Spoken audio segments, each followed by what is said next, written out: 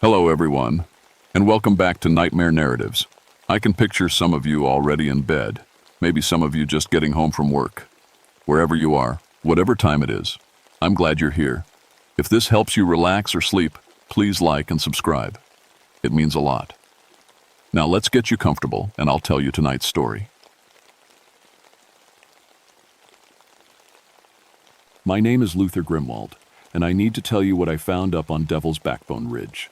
I've been a park ranger for 23 years, seen more missing person cases than I care to count, but nothing like this. Nothing that made me question my own mind. The frostbite on my hands should have been my first clue something was wrong. When I woke up in my camp that morning, my fingers were black at the tips. 3 days of unconsciousness in February weather should have killed me. But there I was, alive and breathing in the cranberry wilderness, 45 miles from the nearest road. My camp was destroyed, tent shredded like something had used claws on it. My radio, the backup radio I always carry, smashed to pieces and scattered in the snow. But that wasn't the strangest part. The strangest part was the journal lying open next to my sleeping bag.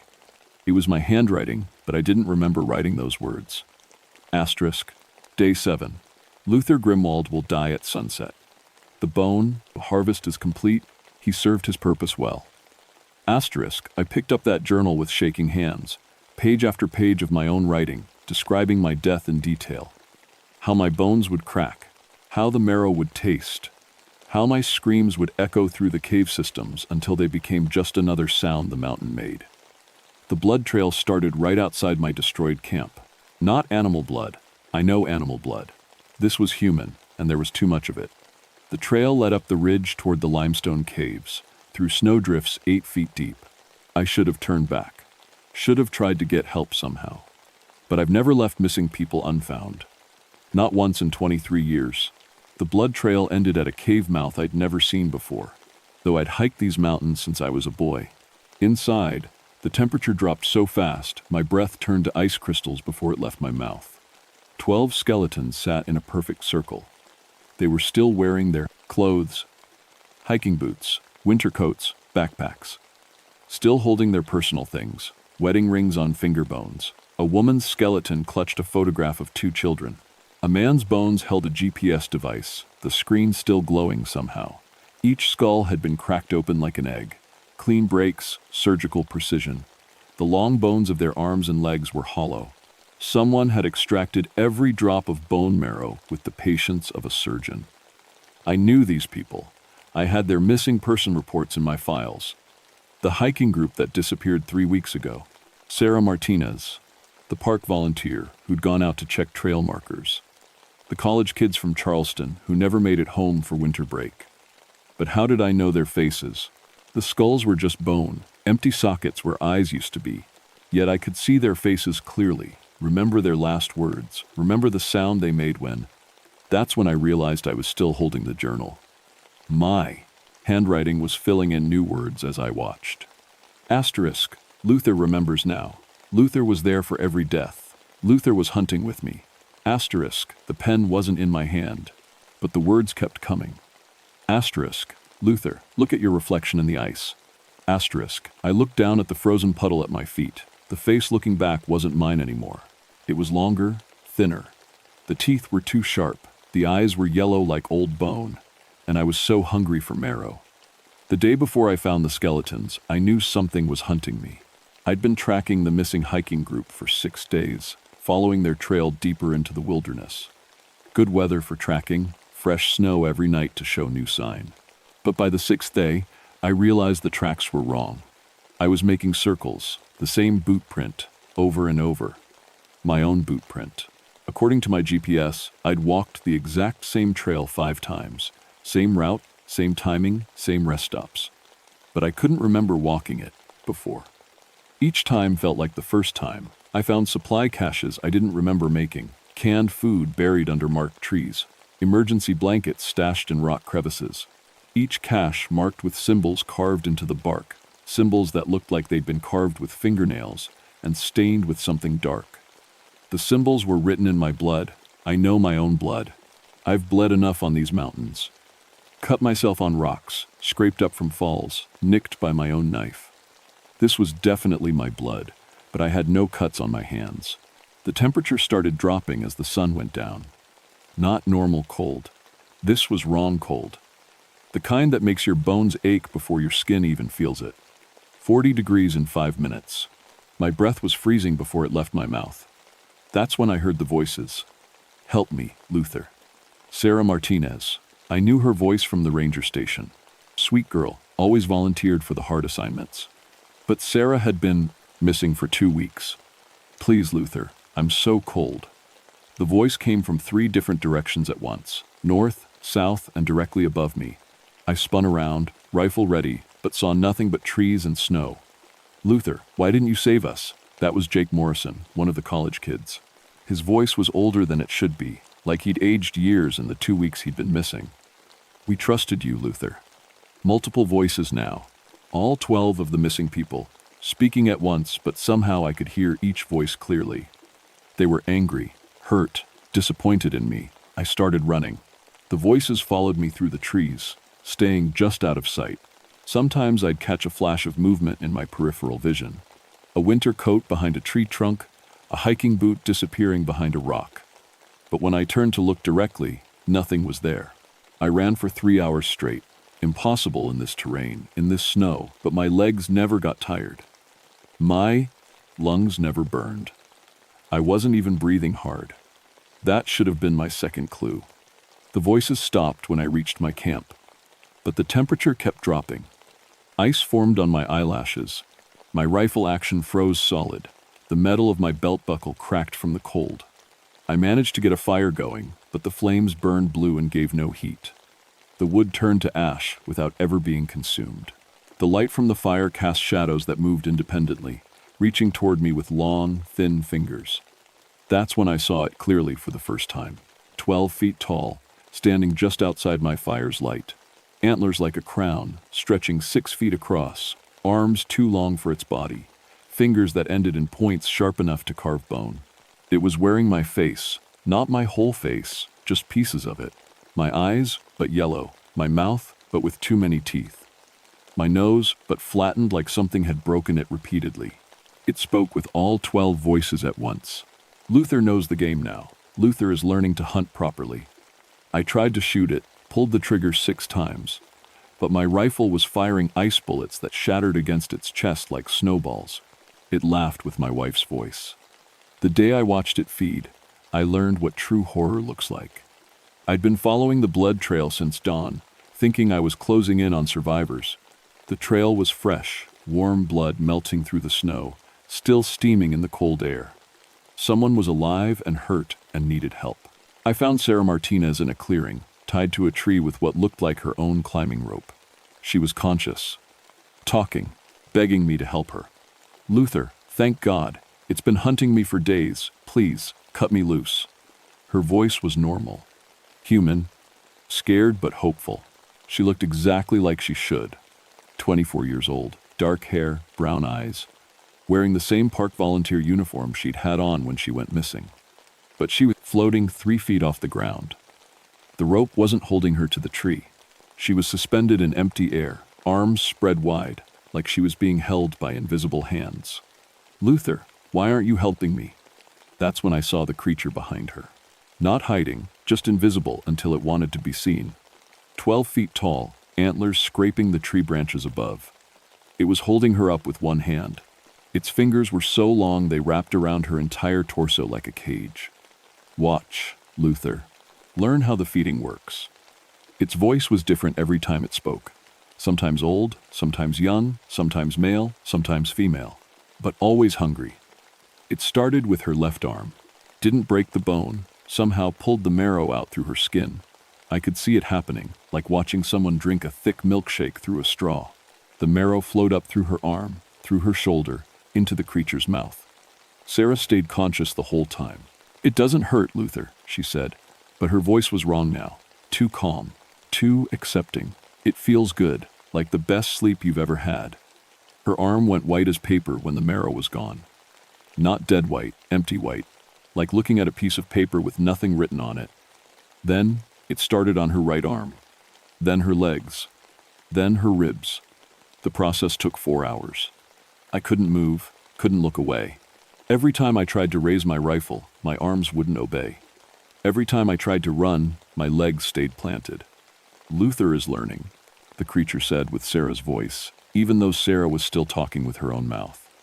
Luther understands the patience required. When it finished, Sarah thanked it for the feeding, told it how good it felt to be empty, to have all that heavy marrow removed from her bones. Then the creature let her go, and she collapsed like a puppet with cut strings. But she was still alive, still conscious, still talking. Your turn next, Luther, she said, smiling with a skull face. It's wonderful, you'll see.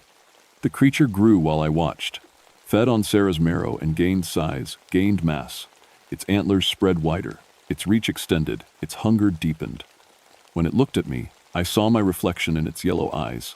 But the reflection was wrong. I looked eager, excited. I looked hungry. I started changing on the 4th day. The creature had been in my head since I arrived, but that morning was the first time I experienced its memories directly. I woke up remembering hunts I'd never been on, victims I'd never killed. I remembered being a Seneca shaman named Wendigo 300 years ago. I remembered the winter that lasted 2 years, when the snow never melted and the game never returned. I remembered eating my own children to survive.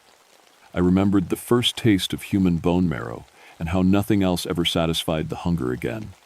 But those weren't my memories. I'm Luther Grimwald. I'm from Pittsburgh. I've been a park ranger for 23 years.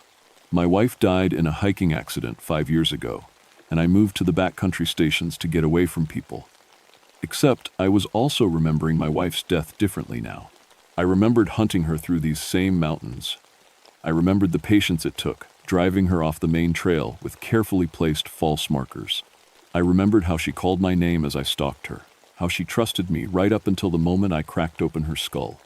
I remembered how sweet her marrow tasted. No, I said out loud, standing in my camp. That's not what happened. Helen fell. She slipped on wet rocks. But I was walking while I talked, following a trail I didn't remember making, following it toward the limestone caves where something was waiting for me. The creature was sitting by an underground stream, washing bones in the dark water. 12 sets of bones, perfectly clean, arranged by size. Luther remembers correctly now, it said with Helen's voice. Luther was always my partner. It showed me more memories. 5 years of hunting together. 47 victims, all missing persons cases I'd been assigned to investigate. All people I'd led into the wilderness and fed to the hunger. Luther chose this life, it continued. Luther was tired of saving people, tired of helping, tired of human weakness. I wanted to deny it, wanted to fight, but the memories were so clear, so detailed. I could remember the weight of Helen's body as I carried her to the feeding place. I could remember the sound her bones made when I cracked them open. I could remember how right it felt. Luther, look at your hands. My fingernails had grown longer, sharper, dark stains under them that looked like dried blood. Luther, look at your teeth. I ran my tongue over my teeth. They were pointed now, made for tearing meat, for cracking bone. Luther, look at your reflection. I looked down at the dark stream water. My face was longer, thinner. My eyes were yellow. My skin was white, like old bone.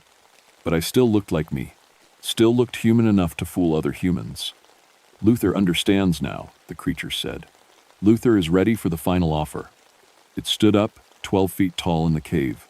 Its antlers scraped the ceiling. Its breath came out as ice crystals. Join willingly, Luther. Become my permanent partner. Help me hunt the real criminals, the murderers, the rapists, the child killers. Let me feed on evil instead of innocence. The offer sounded reasonable, logical. Justice served with efficiency. Or resist, and I take your body anyway. But if you resist, I hunt anyone I choose. Families, children, innocence. I looked at my hands again. The nails were even longer now, curved like claws. I was so hungry. What do you need me to do? On my first day in the mountains, I was Bly, still human. I remembered driving up the Forest Service road, confident and prepared. 23 years of experience handling missing person cases. The hiking group had been missing for only 2 days, plenty of time to find them alive if I moved fast. The radio was working then. I checked in with headquarters, confirmed my position, gave them my planned search route. Standard procedure, everything by the book. The forest was quiet when I reached the trailhead. Too quiet.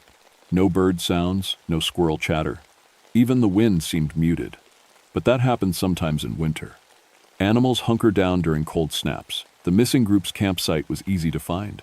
They'd followed trail markers exactly, set up in the designated camping area, practiced good wilderness etiquette. Their fire ring was properly constructed, food properly stored, waste properly disposed of.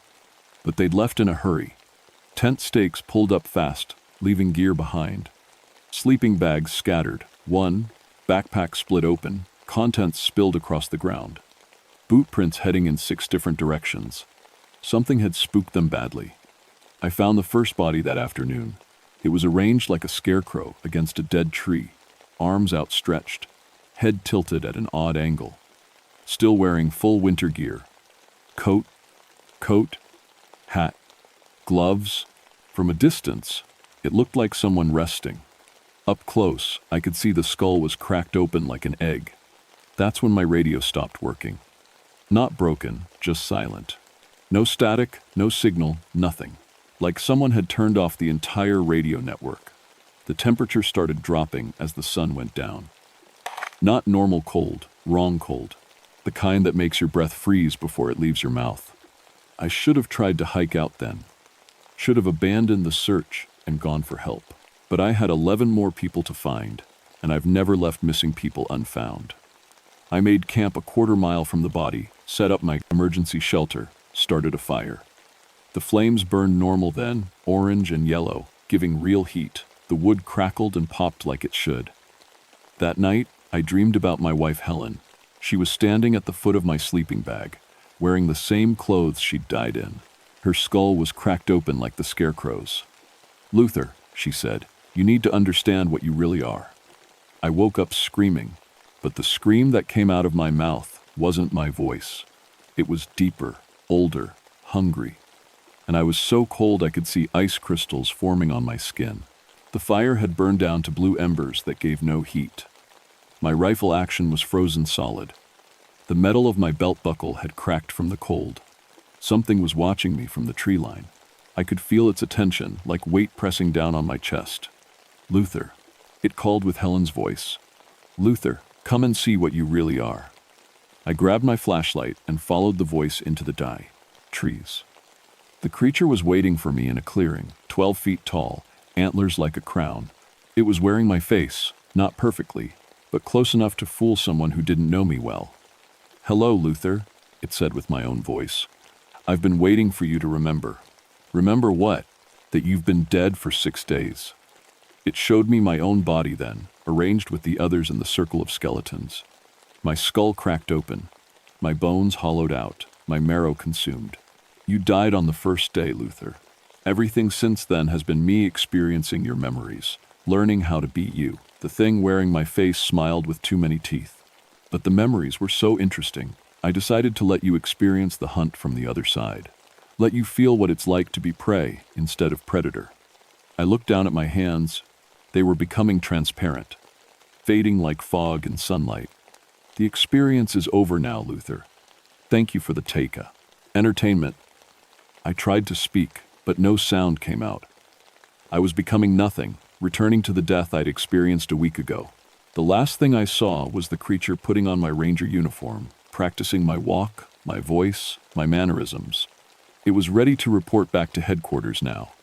Ready to be the perfect Luther Grimwald. Ready to lead more people into the mountains for the harvest.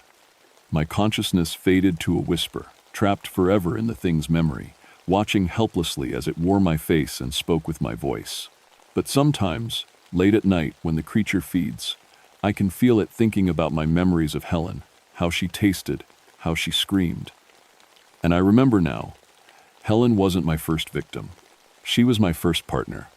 The real Luther Grimwald has been dead for decades. The thing wearing my face has been hunting in these mountains far longer than anyone knows. And it's getting so much better at pretending to be human. Asterisk authors. Note, this story is based on Wendigo folklore of the Seneca and other Native American tribes, retold with respect for the cultural origins of these important spiritual beliefs. Asterisk.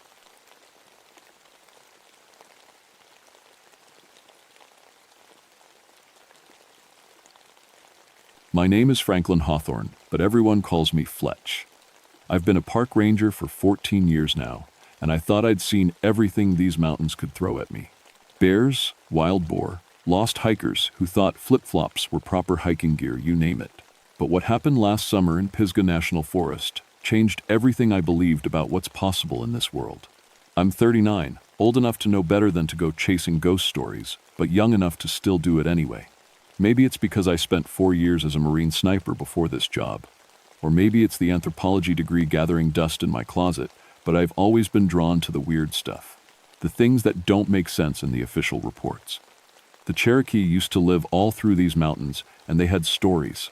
Dark stories about things that weren't quite human, things that could wear a person's face better than the person themselves. They called them Raven, mockers, witches who stole life by becoming someone else entirely. Growing up here, I heard those stories around campfires, but like most folks, I figured they were just tales to keep kids from wandering off alone. I should have listened better. It was August 1986 when everything started going wrong. North Carolina summers are brutal, thick, humid air that hangs on you like wet wool, and vegetation so dense you could hide a house 20 feet from the trail and no one would spot it.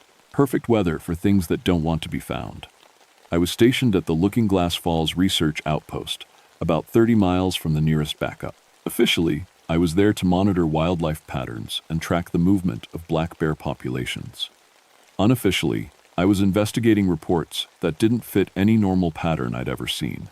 My partner was Jake Morrison, a good man who'd been ranging these mountains for almost as long as I had. Jake was Vietnam, like a lot of us, from that generation. Took some shrapnel in his back during the Tet Offensive, which left him with a permanent limp and the habit of favoring his left side when he stood.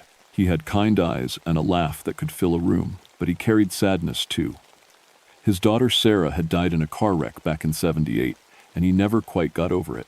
The thing is, when you spend months alone with someone in the wilderness, you learn their habits, how they take their coffee, which side they sleep on, the way they hum off-key when they're nervous. You know these things the way you know your own heartbeat. So when Jake started acting different, I noticed. It began small. He stopped humming. Started standing straighter, which should have been good news for his back, but it wasn't. And when Mrs. Henderson came by the station looking for her missing husband, Jake listened to her story with the kind of detached interest you'd show a weather report. That wasn't the Jake Morrison I knew. The real Jake would have had a search party organized before she finished talking. "You feeling all right, partner?"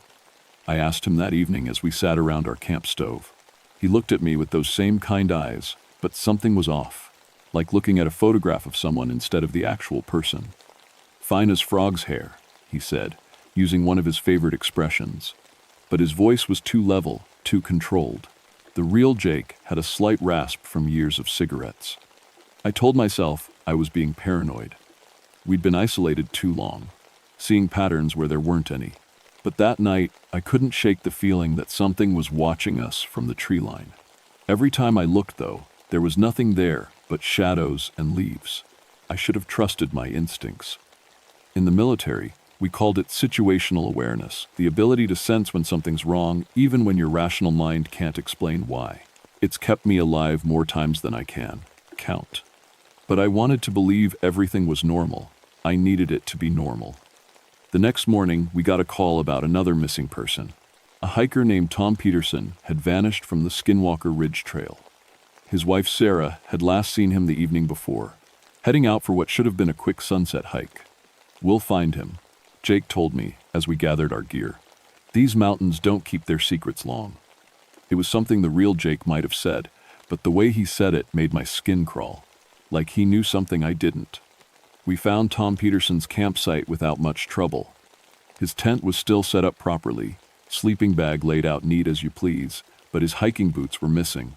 That was the first thing that struck me as wrong. Nobody goes hiking barefoot in these mountains, not unless they want to end up with feet full of thorns and worse. "Tracks lead that way," Jake said, pointing toward a game trail that wound deeper into the forest. "Looks like he headed toward the thermal caves." I knelt down to examine the prints. They were definitely human, but something bothered me about them. The stride was too long, like whoever made them had legs a couple inches longer than Tom Peterson's height would suggest. and they pressed deep into the soft earth, deeper than a man Peterson's size should have made. "These don't look right," I told Jake. He barely glanced at them. "Feet swell when you've been hiking all day. Makes the prints look different." That might have been true, but it didn't explain why the tracks seemed to change as we followed them. Sometimes they looked normal. Other times, they looked like something with claws had made them. The thermal caves were about 2 miles in, a series of limestone caverns that stayed warm year-round thanks to underground hot springs. The Cherokee considered them sacred, a place where the boundary between the world of the living and the world of the dead grew thin. Park Service kept them off the official maps because we didn't want tourists getting lost in there, but locals knew about them. As we got closer, the forest grew quiet. No bird calls, no insect buzzing, even the ever-present sound of wind through the trees had died away. It was the kind of silence that makes your ears ring. "You notice how quiet it is?" I asked Jake. "Animals probably smelled our approach," he said without looking back at me. "They're just being cautious." But I'd been in these woods long enough to know the difference between cautious wildlife and something that had scared every living thing into hiding. This was the second kind. We found Tom Peterson 20 yards from the cave entrance, or what was left of him. The body was arranged sitting against a tree trunk, arms folded neatly in his lap, head tilted back like he'd just laid down for a nap. From a distance, you might have thought he was resting. Up close, it was clear he'd been dead for hours. But here's what made my blood run cold. He looked dried out, like something had drained all the moisture from his body, leaving skin like old leather and eyes that had sunk deep into his skull. His clothes hung loose on a frame that seemed to have shrunk. "Jesus," I whispered, pulling out my radio to call it in. Jake put his hand on my arm. "Wait. Wait for what? We've got a body here. We need to. Look closer." I didn't want to look closer, but I did. That's when I saw what Jake was talking about. Tom Peterson's wedding ring was missing, but there was no tan line where it should have been. His wallet was still in his pocket, but when I checked it, all the photos of his family were gone. Not stolen gone, like they'd never been there in the first place. "How does someone remove photos from a wallet without taking the wallet itself?" I asked. Jake shrugged. "Maybe he left them at camp. Some people don't like carrying pictures when they hike." I stared at him. The Jake Morrison I knew would never have said something that stupid. Tom Peterson's driver's license was still in the wallet, along with credit cards and $43 in cash. Nobody leaves family photos behind but takes their credit cards on a day hike. "Jake, what the hell is wrong with you?" For just a second, something flickered across his face. Something that wasn't quite human. Then, it was gone, and he was looking at me with concern. "Nothing's wrong with me, partner. You're the one acting strange. Maybe the isolation's getting to you." I wanted to argue, but something in his tone made me back down. Instead, I called in the body and waited for the coroner to arrive. While we waited, I kept watching Jake out of the corner of my eye. He stood too straight. He didn't favor his left side, and when he thought I wasn't looking, he smiled in a way that made my skin crawl. The coroner was a woman named Dr. Ellen Marsh, someone I'd worked with before. She was thorough, professional, and she had the same reaction to Tom Peterson's body that I'd had. "I've never seen anything like this," she said after her initial examination. "It's like he was mummified, but there's no evidence of any mummification process. The body's been drained of fluids, but I can't find any wounds or puncture marks." "Any idea what could cause something like this?" I asked. She shook her head. "I'll know more after the autopsy. But off the record, this doesn't look like any natural death I've ever seen." Jake had wandered away while Dr. Marsh and I talked, claiming he wanted to search the area for more clues. When he came back, he was carrying Tom Peterson's missing hiking boots. "Found these about 50 yards that way," he said, pointing toward the caves. "Looks like he took them off before he died." Dr. Marsh and I exchanged glances. Nobody takes off their boots and then walks 50 yards through mountain underbrush. Your feet would be shredded. "Did you check inside the boots?" Dr. Marsh asked. Jake nodded. "Clean as a whistle. No blood, no torn flesh, nothing to suggest he walked anywhere barefoot." That night, back at the station, I couldn't sleep. Every time I closed my eyes, I saw Tom Peterson's empty eye sockets and Jake's wrong smile. Around 2 in the morning, I got up for a glass of water and found Jake standing at the window, staring out into the darkness. "Can't sleep either?" I asked. He turned to look at me, and for just a moment, I could have sworn his eyes reflected the moonlight like an animal's. "Just thinking about Tom Peterson," he said. "Poor bastard. Wonder what his wife's going through right now." I studied his face in the dim light. "You mean Sarah Peterson?" "That's what I said." "No, you said his wife. Tom Peterson's wife is named Lisa. Sarah Peterson is his daughter." Jake blinked once, slowly. "Of course. Lisa." I misspoke. But the real Jake Morrison would never have made that mistake. He had a daughter named Sarah who died young, and he was careful about names, always had been. I went back to bed, but I didn't sleep. Instead, I lay there wondering who or what I'd been sharing a cabin with for the past 3 weeks. The next morning, Jake was gone. I woke up to find his bed made with military precision, his gear missing, and a note on the kitchen table written in handwriting that looked like his, but felt wrong somehow. It said he'd gotten a call about another missing person and had headed out early to investigate. He'd be back by evening.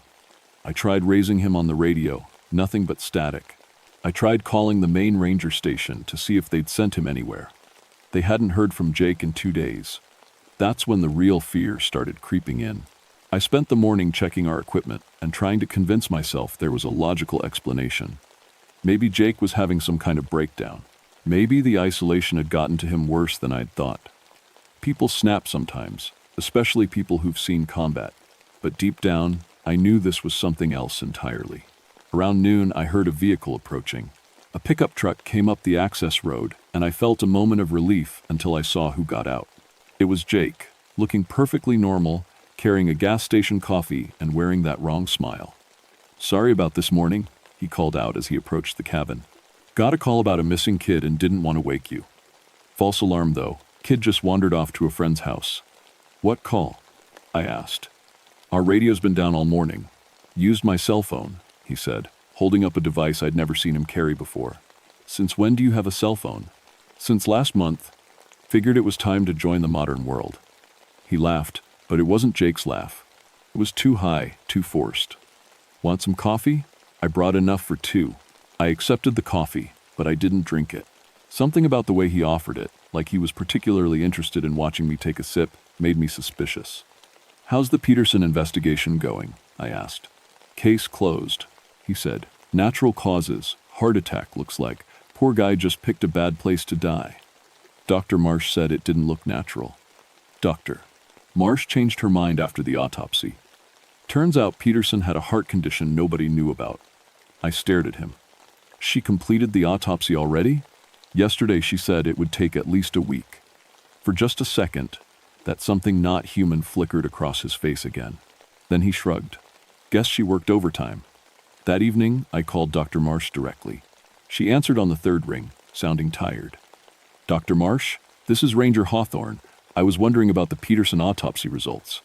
"What autopsy results?" "Tom Peterson. You said you'd have findings after the percent." "Autopsy." Long pause. "Ranger Hawthorne, I haven't started the autopsy yet. The body never arrived at my facility." My blood went cold. "What do you mean it never arrived?" "The transport service was supposed to pick it up yesterday morning, but when they got to the site, the body was gone. I assumed you'd moved it for some reason." I looked across the cabin at Jake, who was pretending to read a magazine. "Dr. Marsh, I need to ask you something, and this is going to sound crazy. When you left the Peterson site yesterday, was Ranger Morrison with you?" "Ranger Morrison? I never met any Ranger Morrison. You were alone when I got there, remember? You said your partner was out searching the area, but I never saw him." I hung up the phone with shaking hands. "Everything all right?" Jake asked without looking up from his magazine. "Fine," I managed. "Just checking on something." But nothing was fine. If Dr. Marsh had never met Jake, then who had been with me at the Peterson site? And more importantly, who was sitting across from me right now? I excused myself to use the bathroom and locked the door behind me.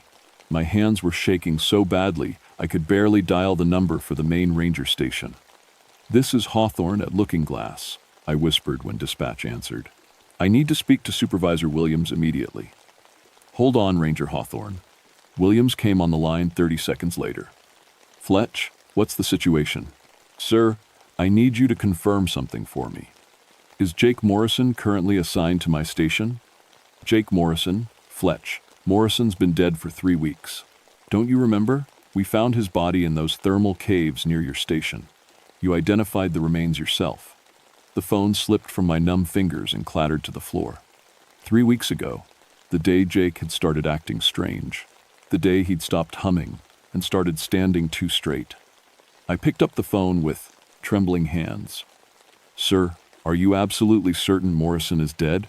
Positive. We had a memorial service for him last Thursday. You were supposed to attend, but you called in sick. Are you feeling all right, Ranger Hawthorne? I couldn't answer. Through the thin bathroom door, I could hear Jake moving around the cabin, but his footsteps sounded different now. Too light, like he wasn't quite touching the ground. Sir, I think I'm in trouble here. I think something's been impersonating Morrison, and the line went dead. I tried calling back, but there was no dial tone. The phone lines had been cut. When I came out of the bathroom, Jake was sitting at the kitchen table, still smiling that wrong smile. But now I could see what I'd missed before. His feet didn't quite touch the floor. His shadow was too dark, too sharp-edged. And when he breathed, his chest didn't rise and fall the way a living person's should. Problem with the phone? He asked in a voice that was almost Jake's, but not quite. Must be the storm, I said, though there was no storm. That's a shame, he said, tilting his head at an angle that was just slightly too far to be human. I was hoping you could call for help. That's when I realized he knew that I knew, and that's when I ran. I bolted for the door, but he was faster than any human had a right to be. His hand slammed against the door frame inches from my head, and when I looked at it, I saw claws instead of fingernails. Now, Fletch, he said in Jake's voice. Where are you going? We have so much to talk about. I ducked under his arm and made it outside, but I could hear him following. Not running something that might have been footsteps if footsteps could sound like rustling leaves and snapping twigs. I made it to my truck and got the engine started, but when I looked in the rearview mirror, the thing that had been wearing Jake's face was standing in the cabin doorway, smiling and waving, goodbye like we were old friends. That's when I saw it wasn't alone. 3 other figures stood behind it in the shadows of the cabin. I couldn't make out their faces, but I recognized the way they stood. Tom Peterson, Sarah Peterson, who shouldn't have been there at all, and someone else I couldn't identify, all of them waving goodbye with the same wrong smile. I drove like hell toward town, but when I reached the main road, I found it blocked by fallen trees. Fresh cuts, like someone had used a chainsaw, but the cuts were too clean, too precise, and there were tracks in the dirt around the trees. The same impossible tracks I'd found at Tom Peterson's campsite. I was trapped. I abandoned the truck and took to the woods on foot. Growing up in these mountains and 4 years of military training had taught me how to move quietly, how to hide, how to survive. But this was different. This wasn't hide and seek with human trackers. This was being hunted by something that could wear any face it chose. I made it maybe 2 miles before I heard voices calling my name. Jake's voice, coming from 3 different directions at once. Then Tom Peterson's voice, asking for help. Then a woman's voice I didn't recognize, crying that she was lost and scared. But I could see them through the trees. Dark shapes moving wrong, too fluid, like they were made of shadow instead of flesh. Every time I looked directly at one, it would freeze and become perfectly still, but I could feel them watching me with eyes that reflected moonlight. I found an old Cherokee burial cave about halfway up Skinwalker Ridge and crawled inside. The cave was just deep enough for me to hide, but shallow enough that nothing could get behind me. I'd learned that trick in Vietnam, never let the enemy surround you.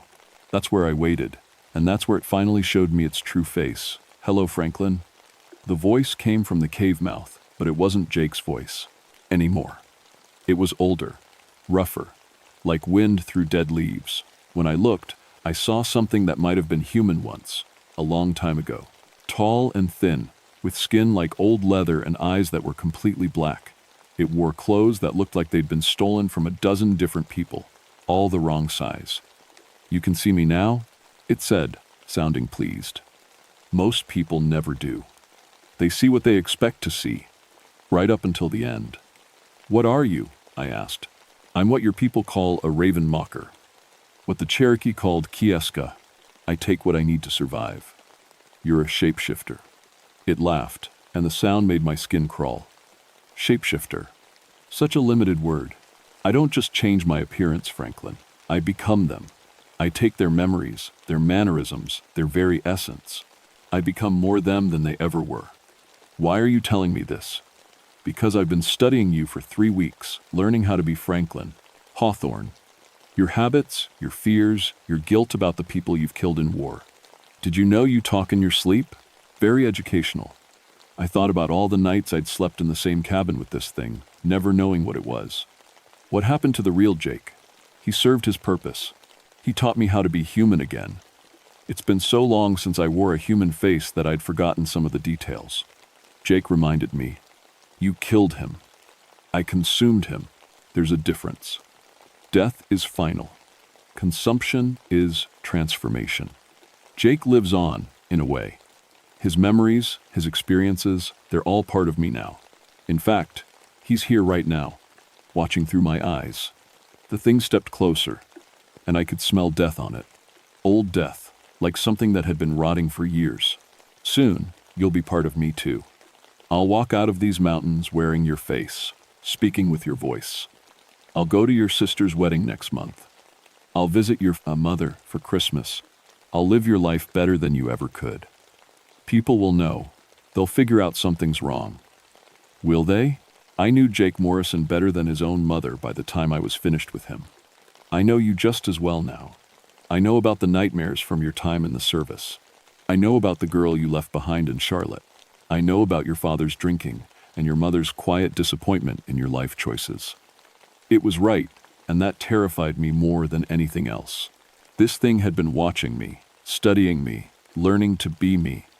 How long before I wouldn't know the difference between its memories and mine? There's just one thing I need to understand. It continued. Your guilt. You carry so much of it, but I can't quite grasp why. Help me understand, Franklin. What did you do in the war that haunts you so? I'd never told anyone about Sergeant Miller. About the friendly fire incident that wasn't so friendly. About the split-second decision I'd made when Miller was about to reveal our position to the enemy. I'd carried that secret for 15 years, but something about this creature's black eyes made me want to confess. I killed my commanding officer, I heard myself say. Why? He was going to get us all killed. He was drunk, scared, about to blow our position. So I shot him and made it look like enemy fire. The creature smiled, and I realized I'd just made a terrible mistake. Perfect, it said. That's exactly the kind of guilt that makes a person authentic. Thank you, Franklin. Now I understand you completely. That's when I remembered the old Cherokee stories. Raven mockers fed on more than just flesh and blood. They fed on guilt, on shame, on the dark secrets that people carried. The more tortured the soul, the more satisfying the meal. But the stories also said something else. They had weaknesses.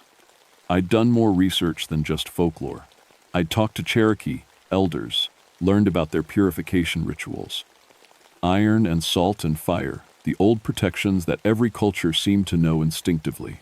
The thing was still talking, explaining how it would wear my life like a coat, but I wasn't listening anymore. I was reaching slowly into my pack, feeling for the items I'd carried as insurance against the weird cases. Iron railroad spike from an abandoned train line. Rock salt from my emergency kit. Sage I'd bought from a Cherokee woman in Cherokee, North Carolina. You're not paying attention, Franklin, the creature said. That's rude. Actually, I am paying attention, I said, pulling out the iron spike. I'm paying attention to something my grandmother used to say. What's that? She used to say that some things that look like people aren't people at all, and those things have rules they have to follow. The creature's black eyes narrowed. Rules? You can't just take someone. You have to be invited in some way.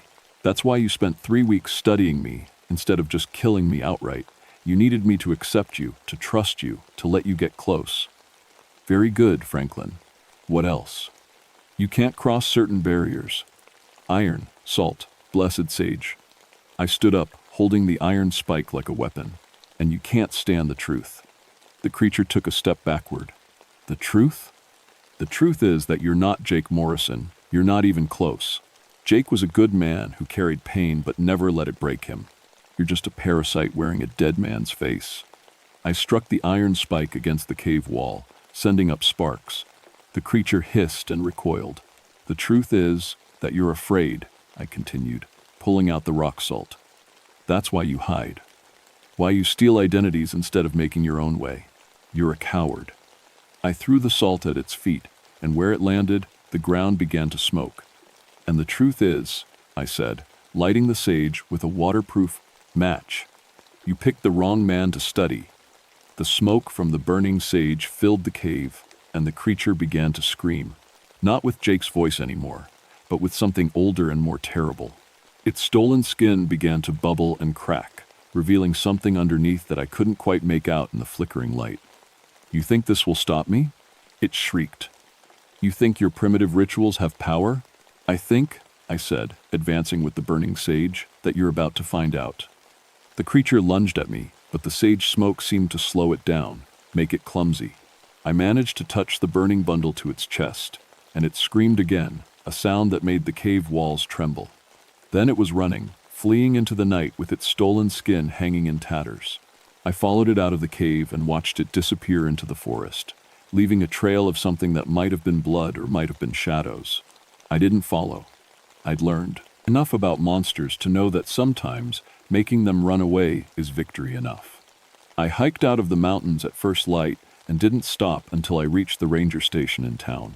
I told them everything about Jake's death, about the creature that had been impersonating him, about the missing bodies and the impossible tracks. They listened politely and then suggested I take some time off. Dr. Patricia Vance from the FBI showed up 3 days later. She asked a lot of questions and took a lot of notes, but I could tell she didn't believe me either. Not until she saw the photographs. I'd managed to get pictures of the tracks, of Tom Peterson's desiccated body before it disappeared, of the claw marks on the cabin door frame. The photos didn't prove anything supernatural, but they proved that something unexplained had happened in those mountains. "Officially, Doctor," Vance told me after our final interview, "Jake Morrison died in an accidental fall while investigating a missing persons case. Tom Peterson died of exposure after becoming lost on a hiking trail. The case is closed." "And unofficially?" She studied me for a long moment. "Unofficially, I think you encountered something that doesn't fit into our normal understanding of the world, and I think you survived an experience that would have destroyed most people. Do you believe it's still out there?" "I believe," she said carefully, "that these mountains are very old and very large, and that we don't know everything that lives in them." 6 months later, I transferred to a different district. I told everyone it was because I needed a change of scenery, but the truth was that I couldn't stop looking over my shoulder. Every time I saw someone who looked like Jake, every time I heard his laugh or his voice, my heart would start racing. Because the thing about shapeshifters is that you never know if they're really gone. I still wake up sometimes in the middle of the night, wondering if the person in the mirror is really me, or just something that's learned to be me very, very well. I check for details that only I would know: scars, birthmarks, memories that I've never shared with anyone. So far, I'm still me, but I've learned to carry iron in my pocket and salt in my truck. I've learned to trust my instincts when something feels wrong, even if I can't explain why. And I've learned that the Cherokee stories about these mountains aren't just folklore. They're warnings. Sometimes, late at night, I get calls from other rangers in other states. They ask about unusual missing persons cases, about bodies found in impossible conditions, about the feeling that something is watching from the tree line. I listen to their stories and give what advice I can, but I always end the calls the same way. If someone you know starts acting different, even in small ways, don't give them the benefit of the doubt. Trust your instincts. And remember that some things that look human aren't human at all. Because somewhere out there, in mountains or forests, or maybe just in the shadows between streetlights, there are things that feed on more than flesh and blood. They feed on identity itself, on the very essence of what makes us who we are. And they're always hungry.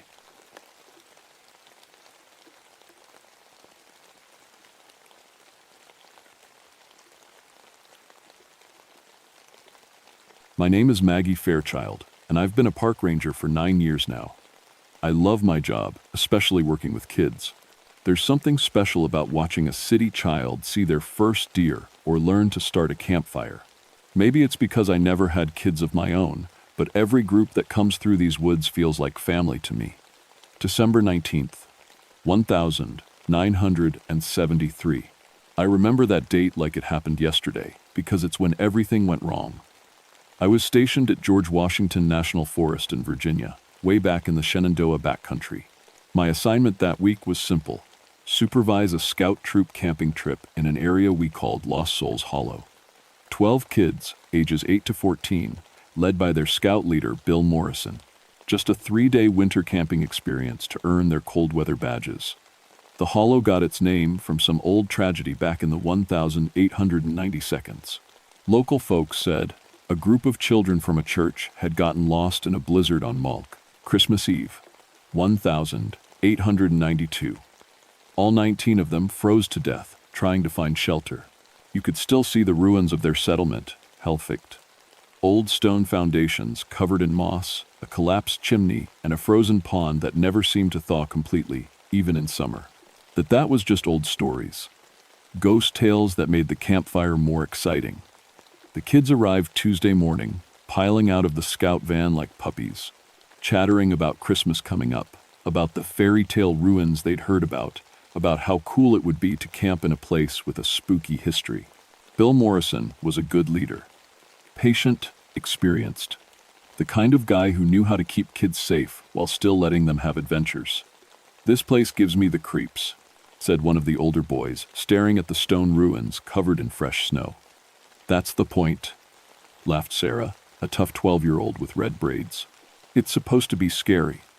Little Tommy Chen, the youngest at 9, 50 years old, wasn't laughing. He stood apart from the group, shivering despite his heavy winter coat. "It's really cold here," he whispered to me. "Colder than everywhere else." I checked my thermometer. 32 degrees. Chilly but normal for December. Tommy's hands felt like ice through his gloves.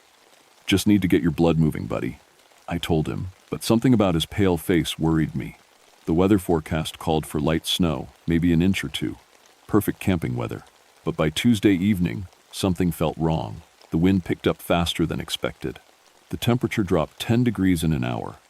My radio started crackling with static from the weather station. Storm system moving in faster than predicted. Came the broken transmission. Recommend early evacuation. But the roads were already getting slick, ice forming too quickly, too thick. By Wednesday morning, we were stuck. That's when the game started. I found the kids playing Ring, around the Rosie, in the exact spot where the old church foundation sat. Not unusual, kids love to play games. But they were singing it wrong, in words I didn't recognize. Old words. Strange words. "We all fall down," they chanted, and when they collapsed in the snow, they stayed down too long. Just lying there, smiling up at the gray sky, their breath making little clouds that seemed to hang in the air longer than they should. "Come on, guys," Bill called. Time to get warm by the fire. But they didn't want to come in.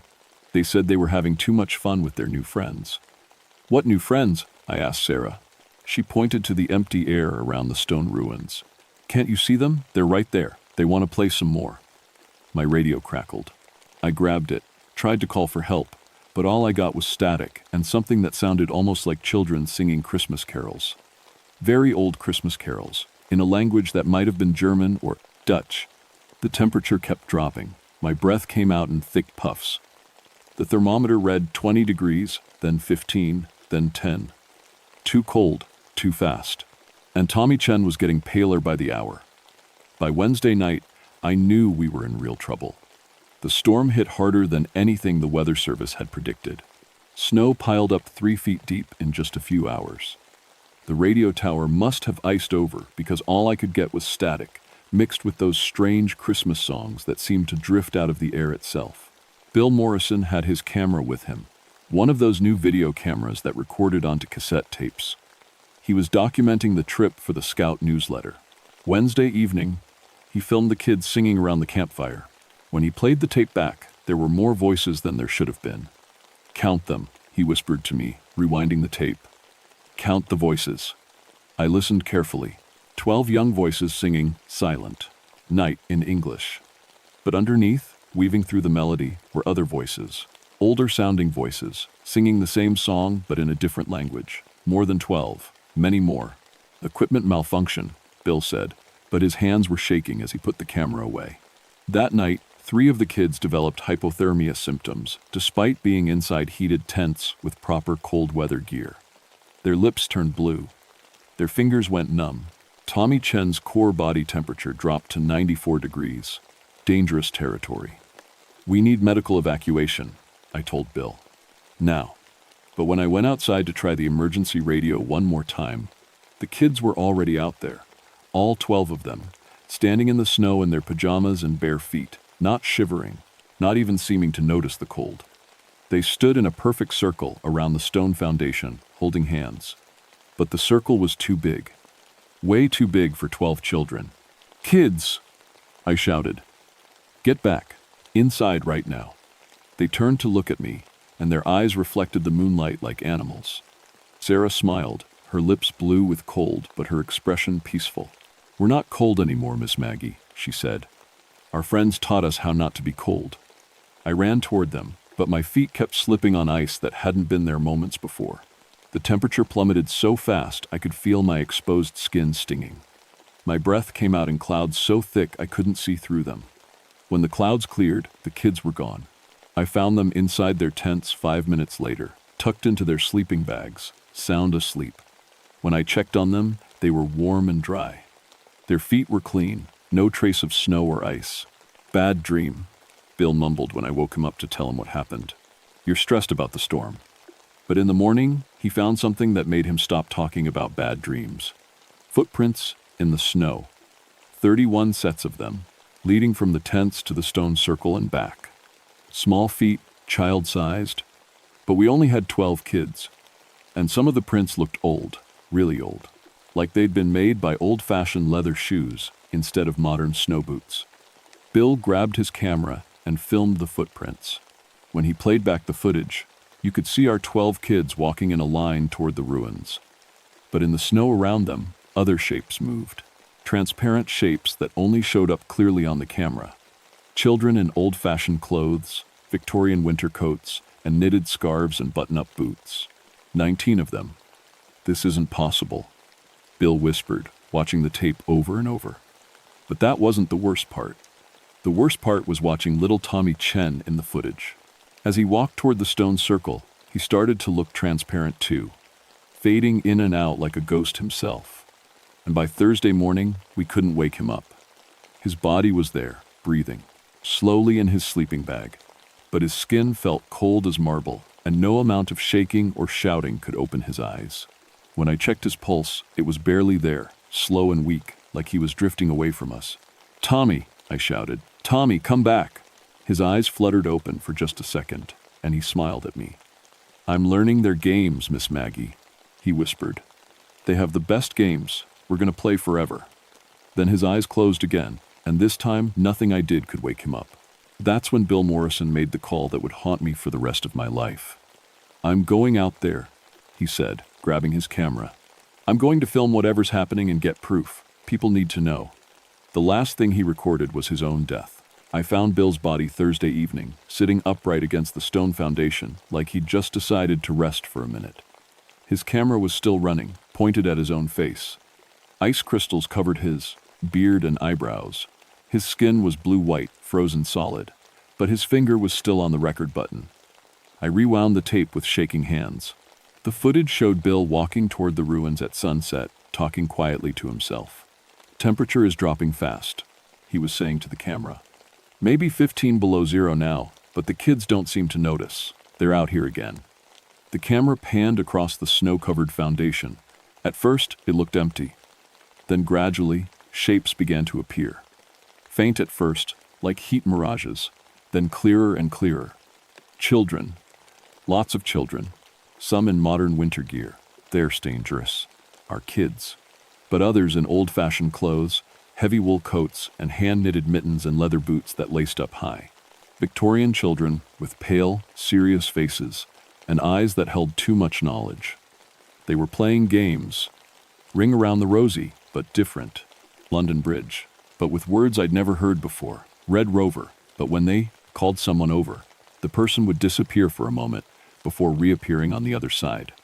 Jesus Christ, Bill's voice whispered from the tape. They're really there. They're all really there. The camera zoomed in on Tommy Chen. He was holding hands with a girl in a long gray dress and white apron. She looked about his age, with dark hair and braids and a sweet smile. As I watched, Tommy started to fade. Not all at once, but gradually, like someone was slowly turning down his brightness. No, Bill said on the tape, and I could hear him starting to run. No, Tommy, don't. The camera jerked as Bill stumbled. When the picture steadied, all the children were looking directly at him. 31 pairs of eyes, modern and Victorian, all focused on the camera with the same expression. They weren't angry. They weren't scary. They just looked lonely. The Victorian girl holding Tommy's hand stepped forward. When she spoke, her voice came through the camera's microphone clear as a bell, with a slight accent that sounded old-fashioned. Please don't take them away, she said. We've been waiting so long for friends. We just want to play. Let the boy go, Bill said, and I could hear the terror in his voice. Let them all go. They don't want to go, said another ghost child, a boy in knee pants and suspenders. They like our games. They want to stay and play forever. The temperature on the tape plummeted so fast that frost began forming on the camera lens. Bill's breathing became visible as thick white clouds. Within seconds, his breath started coming in short gasps. Can't breathe, he wheezed. Too cold. Can't. The ghost children began to sing. A Christmas carol in that strange old language, their voices pure and sweet and terrifying. As they sang, the cold intensified. Ice began forming on everything, the trees, the ruins, Bill's camera, Bill himself. The last clear image on the tape was Tommy Chen, now, almost completely transparent, turning to wave at the camera. Behind him, the 19 ghost children smiled and waved too. Then the picture went black. When I found Bill, the camera was still running, but all it recorded was darkness and the sound of children laughing and playing in the distance. I tried to gather the surviving kids, only 8 of them now, with 4 others faded away like Tommy. But when I got back to the campsite, they were packing their things. We're going to stay with our new friends, Sarah announced. Her voice sounded different, older somehow. They have a better place to camp. Sarah, no, I said. It's not safe. Those aren't real children. She looked at me with pity, like I was the child and she was the adult. They're more real than anything, Miss Maggie. They've been waiting since 1892 for someone to play with. Don't you think that's sad? They're dead, Sarah. So? Said Marcus, one of the older boys. That just means they have more time to play. No school, no chores, no grown-ups telling them to come inside. Just games and fun forever. I tried to physically stop them, but they walked right through me. Actually, through me, like I was the ghost, and they were solid. My hands passed through their bodies like they were made of cold air. They picked up their backpacks and walked toward the stone ruins, chattering excitedly about the games they were going to play. As they walked, they began to fade, becoming more and more transparent with each step. Sarah, I screamed. Marcus, come back. But they just waved goodbye and kept walking, until I couldn't see them anymore. That night, alone in my tent, with the temperature dropping to 20 below, I heard them. All of them. 27 children now, playing and laughing and singing Christmas songs in the snow. Their voices carried on the wind, joyful and innocent and completely terrifying. I tried the radio one more time. Nothing but static and the distant sound of children playing games I'd never heard of.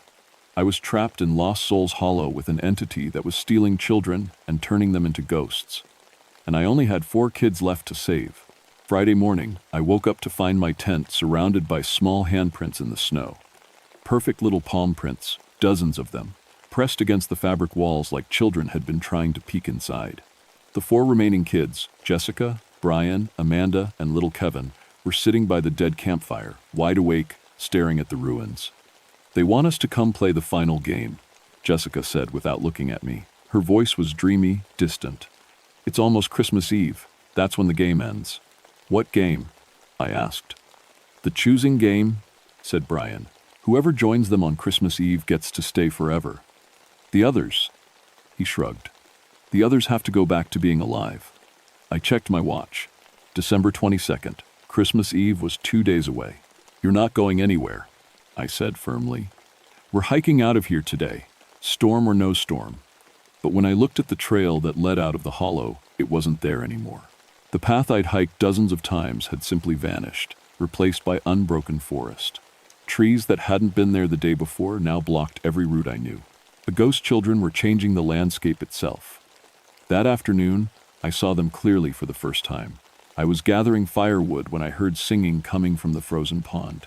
When I looked over, there they were, all 27 children, modern and Victorian, playing on the ice. They were skating, but none of them had skates on. They glided across the surface in their regular shoes, laughing and spinning and calling out to each other.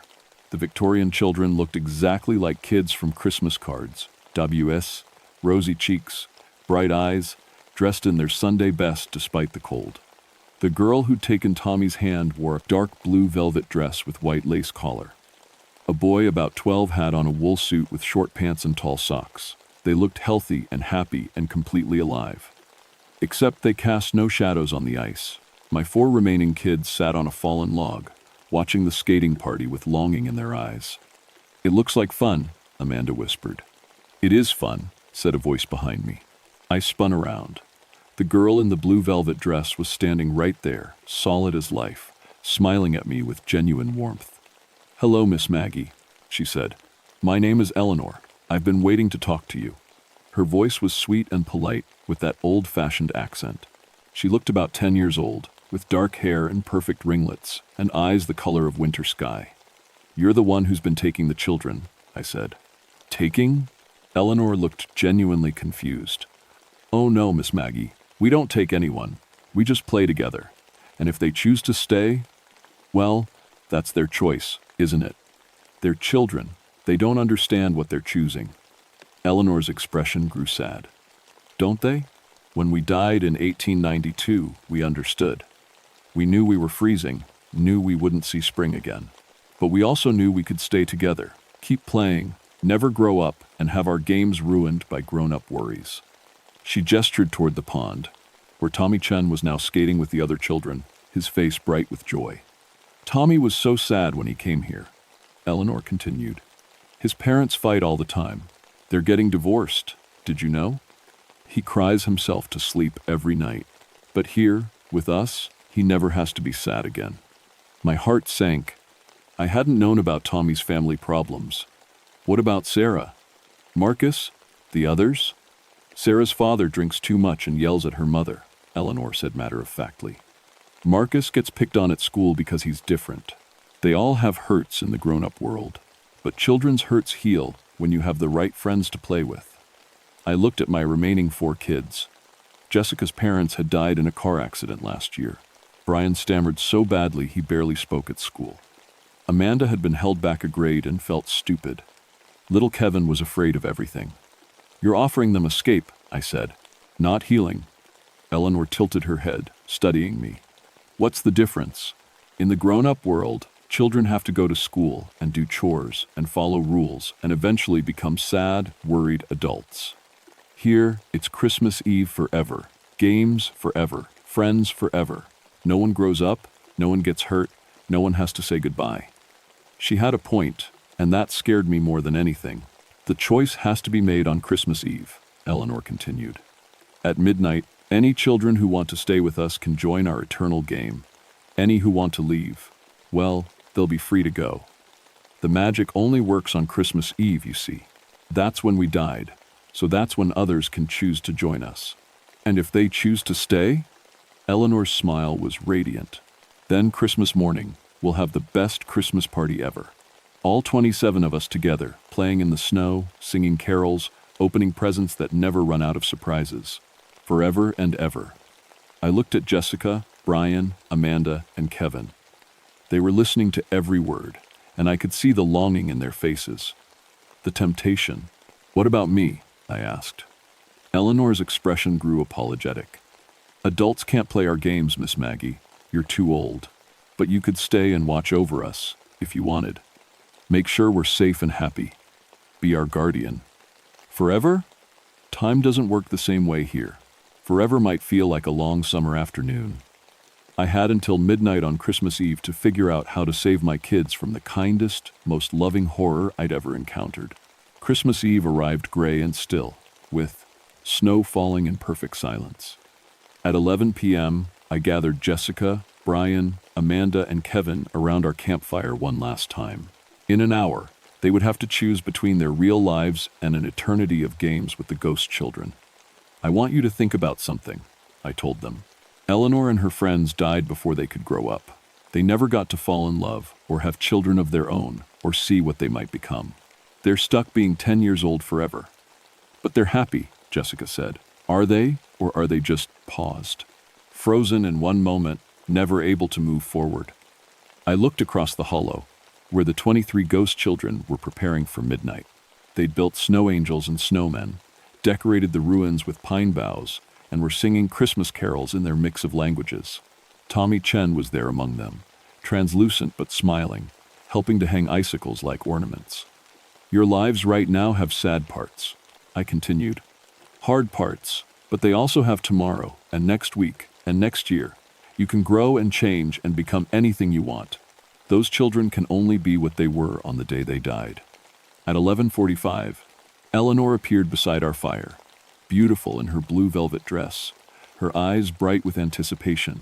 It's almost time, she said sweetly. Who's ready to come play with us forever? Jessica stood up first. My heart broke as she walked toward Eleanor, then stopped. Will I ever see my parents again? She asked. Oh, child, Eleanor said gently.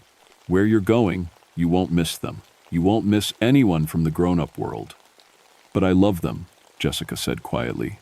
Even though they're gone, I still love them, and my aunt who's taking care of me now, she tries so hard to make me happy. Eleanor's smile faltered slightly. Love fades when you have eternal friendship. I don't want my love to fade, Jessica said, and stepped back toward our fire. Brian was next.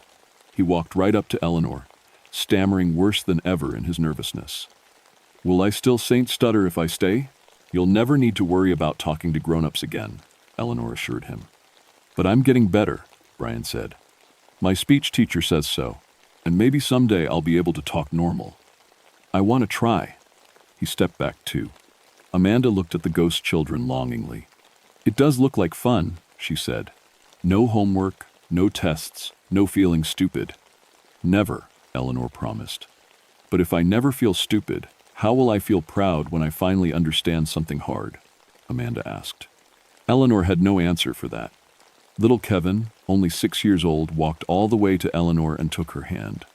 I want to stay, he whispered. I want to not be scared anymore. Eleanor's face lit up with joy. Oh, wonderful. You'll love it here, Kevin.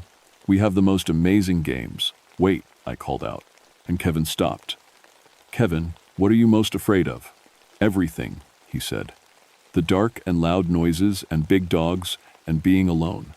And what happened last month when that big dog ran toward you in the park? Kevin thought. I stood my ground, and it just wanted to play. You were brave. You faced your fear and discovered it wasn't as big as you thought. If you never feel fear again, how will you ever discover how brave you can be? Kevin looked at Eleanor, then back at me. Will I still be able to be brave if I'm never scared? Eleanor's perfect composure cracked just a little. You won't need to be brave. You'll be safe forever.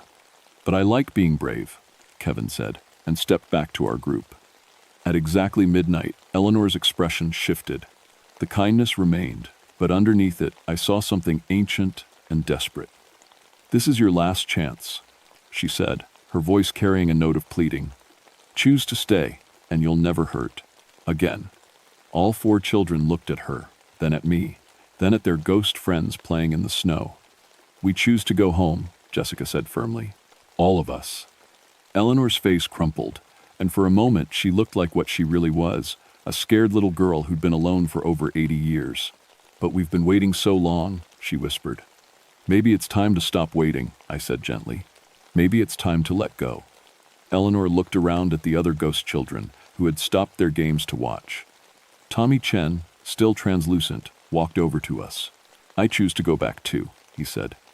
I miss my mom, even when she's sad. One by one, the other modern children made the same choice. And as they chose to return to the living world, They became solid again, whole again. Eleanor and her Victorian friends watched sadly as the modern children gathered around me. "What happens to you now?" I asked her. Eleanor's smile returned, softer now but real. I think we finally understand what we've been missing. You can't have eternal joy without the possibility of sorrow. Games aren't fun if they never end." As dawn broke on Christmas morning, Eleanor and her friends began to fade, not into transparency, but into peace. They were finally ready to let go, to move on to whatever comes after childhood games.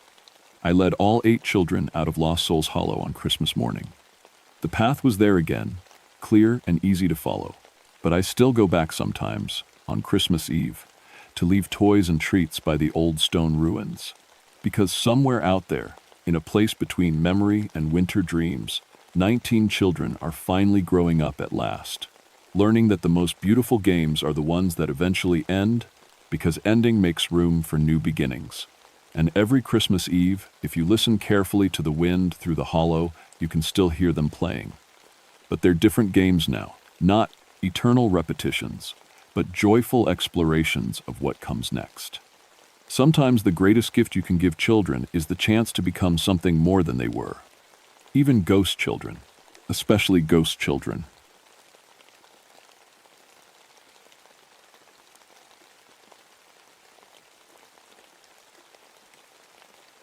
My name is Jack Mulligan, but everyone calls me Bear. Been a park ranger for 27 years now, and I've seen things in these mountains that would make your hair stand on end. But nothing, and I mean nothing, prepared me for what happened on Grandfather Mountain in October of 1959. I was 54 then, getting close to retirement. The young rangers called me old timer, but I didn't mind. Age brings wisdom, especially when you're dealing with the Blue Ridge Mountains of North Carolina. These peaks have moods like a cranky old woman, and you better respect them or they'll kill you. The hurricane had just blown through, leaving a mess of broken trees and washed-out roads. Power lines were down for 200 miles in every direction. That's when the Park Service sent me up to Eagle's Nest, the radio station on top of Grandfather Mountain. At 6,000 feet, it was the highest communication point in the region. Someone had to get those radio towers working again. I'd been alone on mountains before. Preferred it, actually. People talk too much, make too much noise. The mountains speak their own language, and you need quiet to hear it. My wife, Sarah, used to say I was part mountain goat, the way I could climb and live up there for weeks at a time. The Cherokee had a different name for Grandfather Mountain, called it Tanawa the Great Hawk. Their legend said spirits lived up there, protecting sacred places from people who didn't belong. I always figured that was just old stories, the kind every mountain has. I should have listened to those stories. The ride up was rough. My Jeep bounced and slipped on the muddy trail, past broken trees and rock slides. The air got thinner as I climbed, and fog rolled in thick as cotton. By the time I reached the radio station, I could barely see 10 feet in any direction. The station was a small cabin with 3 tall radio towers sticking up like metal fingers. Hurricane winds had twisted one tower into scrap metal. The other 2 were standing, but the cables were torn up pretty bad. I figured it would take me 3, maybe 4 days to get everything working again. I unloaded my gear and checked my equipment. Military radio from the war, backup batteries, tools, and enough food for a week. The cabin had a wood stove and thick walls. I'd been in worse places. That first night, I got a fire going and tried the radio. Static mostly, but I picked up a few weak signals from towns down in the valley. Everything seemed normal. Then I heard the footsteps on the roof. Heavy steps, real heavy, like someone wearing boots filled with concrete was walking around up there, but that was impossible. The roof was steep metal, slick from the fog. Nobody could walk on it without sliding off. I grabbed my flashlight and stepped outside. The fog was so thick I couldn't see the roof, but I listened hard. The steps had stopped. Maybe it was just a tree branch that had fallen and was sliding around. But tree branches don't walk in steady patterns. I went back inside and checked my rifle. Old habit from Vietnam, always know where your weapon is. The footsteps started again, right above my head. This time they moved from one end of the cabin to the other, slow and deliberate. I was starting to think maybe I wasn't as alone on this mountain as I thought. Dawn came gray and cold. The fog had lifted some, but the air felt wrong. You know how the morning after a bad storm usually feels clean and fresh? This didn't. It felt heavy, like the mountain was holding its breath. I climbed up to check the damaged radio tower. That's when I found the first footprint. 18 inches long, shaped like a human foot, but way too big. The toes were spread wide, and the print was pressed deep into the mud, deeper than my own boot prints, and I weighed over 200 pounds. Whatever made this track was heavy. Real heavy. I followed the prints around the cabin. They went in a perfect circle, like something had been walking around and around all night, studying the place. The stride was long, maybe 4 feet between steps. I tried to match it and couldn't without jumping. My radio crackled to life. Eagle's Nest, this is Base. Come in, Bear. I keyed the microphone. Base, this is Eagle's Nest. I copy. How's the repair work going up there? I looked at the footprints again. Slower than expected. Tower damage is pretty bad. Might need extra parts. Copy that. We've got a climbing party reported missing on the north face. Can you keep an eye out? Will do. How many climbers? 5 college kids from Asheville. Been overdue since yesterday morning. Great. Just what I needed, search and rescue work on top of everything else. I'll watch for signals from them. Thanks, Bear. You're our only eyes and ears up there until we get the other stations back online. I spent the morning working on the radio equipment. The job was taking longer than expected because my tools kept disappearing. I'd set down a wrench, turn around, and it would be gone. Found it later in completely different places on top of the radio, inside the toolbox, once even outside in the mud. At first, I figured I was just tired and forgetting where I put things. But when my compass started spinning like a top every time I got near the north side of the cabin, I knew something was messing with my equipment. Around noon, I heard voices calling from somewhere down the mountain, faint, but definitely human. I grabbed my binoculars and climbed up on the cabin roof to get a better look. The fog had cleared enough to see the north face, a steep wall of granite that dropped away for thousands of feet. Experienced climbers loved it because it was challenging. Stupid climbers died on it because it was dangerous. I spotted movement about halfway down the cliff. 3 tiny figures clinging to the rock face. They were too far away to hear clearly, but they were definitely in trouble. I got on the radio. Base, this is Eagle's Nest. I've got visual contact with climbers on north face. They appear to be in distress. Copy, Eagle's Nest. Can you determine their condition? I looked through the binoculars again. The climbers were moving, but something was wrong. They kept looking up at something above them on the cliff. Looking up and pointing, like they were scared of something. Base, the climbers are. Wait a minute. A shadow moved across the cliff face, above the climbers. A big shadow, way too big to be human. Eagle's Nest report. The shadow moved again, and I heard something that made my blood run cold. A sound like rocks falling, but the rocks were falling upward. Big chunks of granite were flying up from the cliff face and disappearing over the top of the mountain. Base, we've got a problem up here. Something's throwing rocks at the climbers. Say again, Eagle's Nest? I watched as one of the climbers lost his grip. He didn't fall down the cliff like he should have. He fell up, like gravity had reversed itself. His scream echoed off the mountain walls as he disappeared over the ridge. Jesus Christ, I whispered. Eagle's Nest, please respond. Base, I think we've lost one of the climbers, but not the way you'd expect. That's when I saw it clearly for the first time. A figure standing on top of the cliff, silhouetted against the gray sky, 15 feet tall, covered in dark hair. Built like a man, but way too big to be human. It was holding something in its hands, the climber who had fallen up. The giant looked down at the remaining climbers, then looked directly at me. Even from a mile away, I could feel those eyes staring into my soul. Old eyes, ancient eyes. Eyes that had been watching these mountains for a very long time. The giant raised the climber over its head and threw him down the mountain like he was a rag doll. Then it pointed at me. I got back on the radio, hands shaking so bad I could barely hold the microphone. Base, this is Eagle's Nest. We have a situation up here. Major situation. Go ahead, Eagle's Nest. How do you tell someone you just watched a 15-foot giant kill a man? How do you explain that gravity works backward on Grandfather Mountain? Base, all climbers on North Face are down. Repeat, all climbers are down. Do not send rescue teams. Bear, what happened up there? Rock slide. Big one. Nobody could survive it. It was a lie, but the truth would just get more people killed. I spent the rest of the day working on the radios, but I kept watching the ridgeline. The giant was still up there somewhere. I could feel it watching me.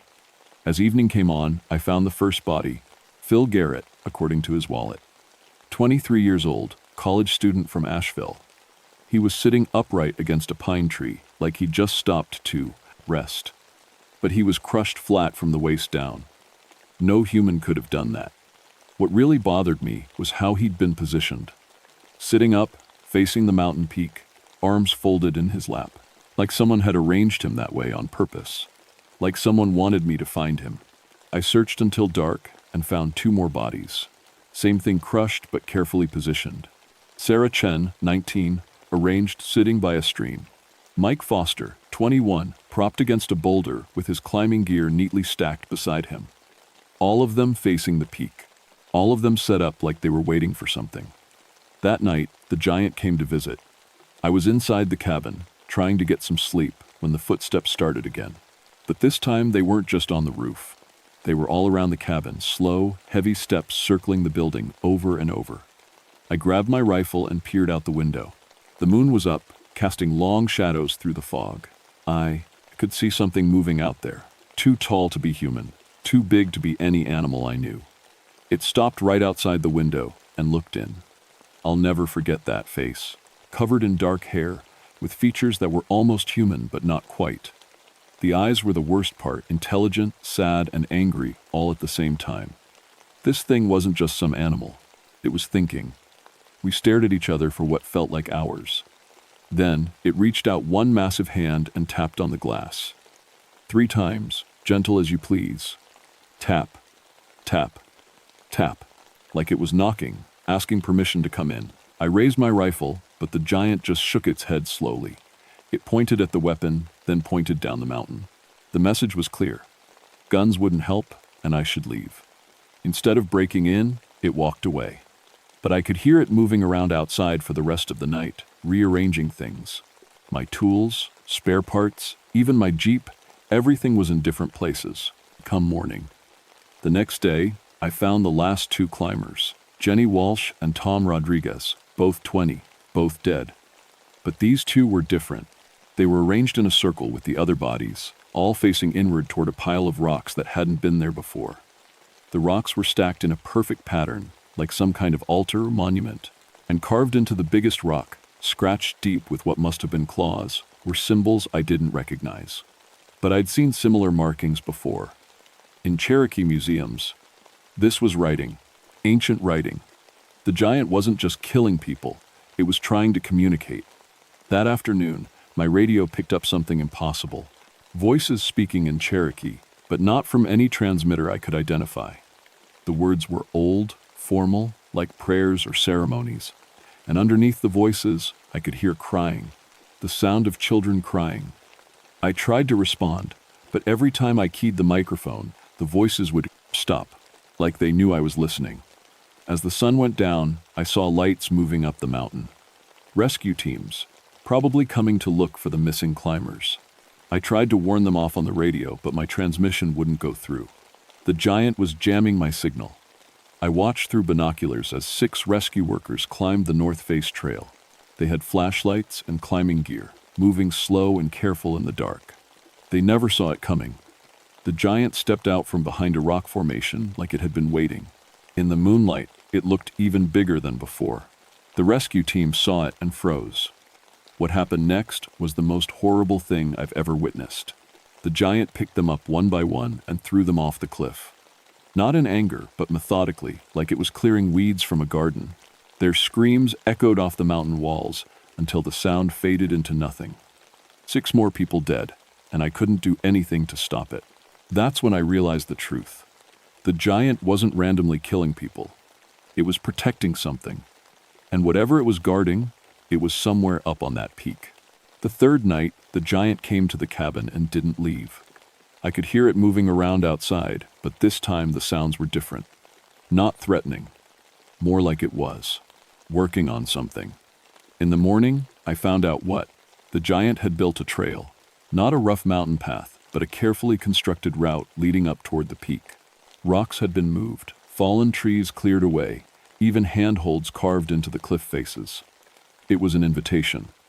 At the start of the trail, scratched into a flat rock, was a simple drawing. A stick figure man walking up toward a mountain peak. Below that, more Cherokee symbols. The giant wanted me to follow it. I should have radioed for help, should have packed up and hiked down the mountain as fast as I could go. But those Cherokee voices on the radio were getting stronger, and I was starting to understand some of the words. Children, death, sacred ground, revenge. This wasn't just about protecting territory. Something terrible had happened on this mountain, and the giant was the only one left who remembered. I loaded my pack with supplies and followed the trail. The climb was hard but manageable. The giant had made sure of that. Every dangerous spot had been made safe. Every difficult passage had steps carved into the rock. It took me 4 hours to reach the peak. What I found there changed everything. Hidden behind a natural rock wall was a cave entrance, so well concealed I would have walked past it a dozen times without noticing. But the giant had moved the rocks aside, revealing a passage that led deep into the mountain. Cherokee symbols were carved everywhere around the entrance, and at the base of the rock wall, arranged in neat rows, were human skulls. Lots of them. Some old and yellowed, some still fresh. But these weren't the skulls of climbers or hikers. They were too small. Children's skulls. I followed the passage into the cave, using my flashlight to navigate. The walls were covered in paintings, Cherokee art showing families, ceremonies, daily life. But toward the back of the cave, the paintings changed. Soldiers, blue uniforms, rifles, fire. Cherokee families being driven from their homes. And then the final paintings, the worst ones. Cherokee children being forced up the mountain to starve and freeze in winter storms. This was a mass grave, a secret burial place for Cherokee children who had died during the Trail of Tears in 1838. And that's where I found the giant. It was sitting in the deepest part of the cave, surrounded by small skeletons arranged in perfect rows. Its huge hands were gentle as it tended to the bones, straightening them, positioning them with care. When it saw me, it didn't attack. Instead, it spoke, not in English, but somehow I understood. Maybe it was telepathy, maybe just the sadness in its voice. But I heard its story as clearly as if it had been speaking my language. Its name was Selutistu, which meant corn giant in Cherokee. It had been chosen by the tribal elders to guard the sacred places when the soldiers came. But it had failed. The children had been driven up the mountain anyway, and they had died in the cold and snow.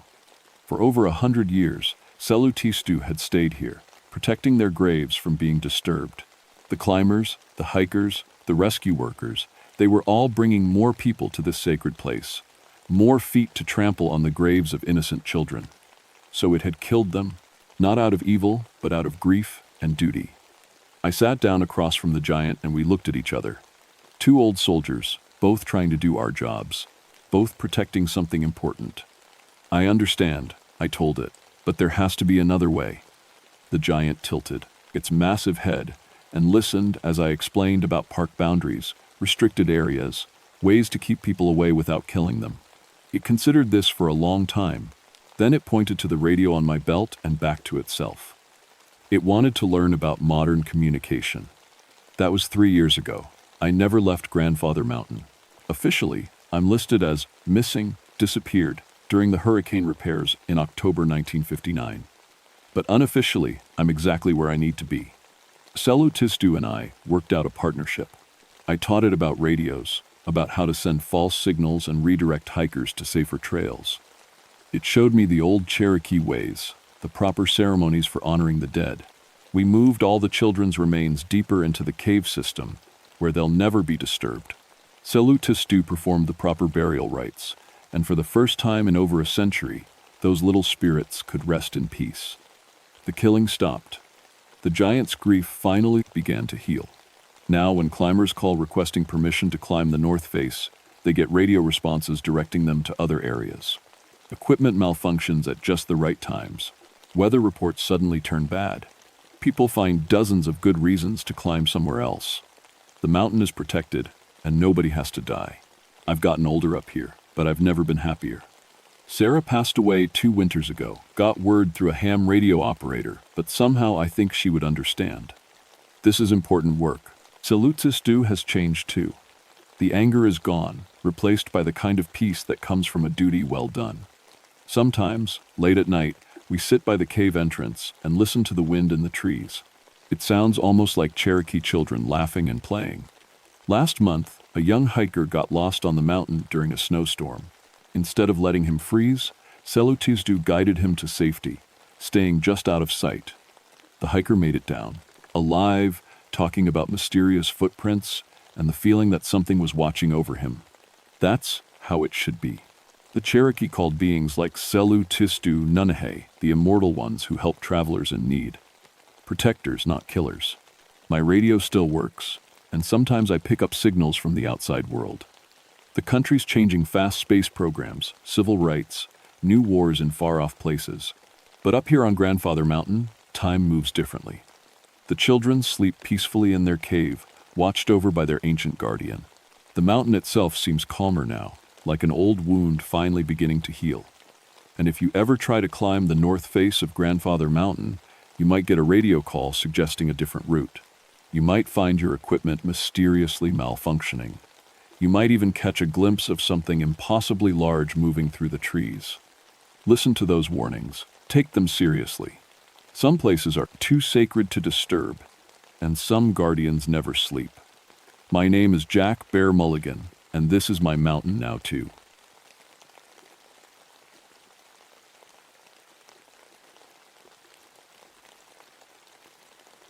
My name is Cornelius Ashford, but everyone calls me Neil. I've been a park ranger for 21 years, and in all that time, I've never written anything down that I didn't have to. But what happened to me in Hell Hollow? Well, I need to tell someone, even if nobody believes it. I'm 47 years old, got a PhD in geology, and I know rocks better than I know people. That's probably why Martha left me last year. She said I cared more about limestone than our daughter Jenny. Maybe she was right. Jenny's 16 now and won't even talk to me on the phone. So when my boss asked me to do a solo survey of Hell Hollow in the Daniel Boone National Forest, I jumped at the chance.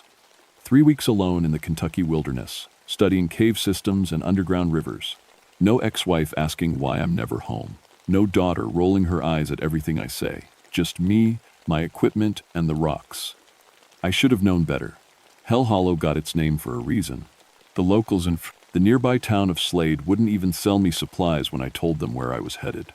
Old man at the general store just shook his head and said, "That place ain't right, mister. Ain't been right since my granddaddy's time." I figured it was just mountain superstition. Every wilderness area has its ghost stories. But when I drove my truck up the old logging road on March 3rd, 1977, I started to understand what he meant. The forest felt wrong. I can't explain it better than that.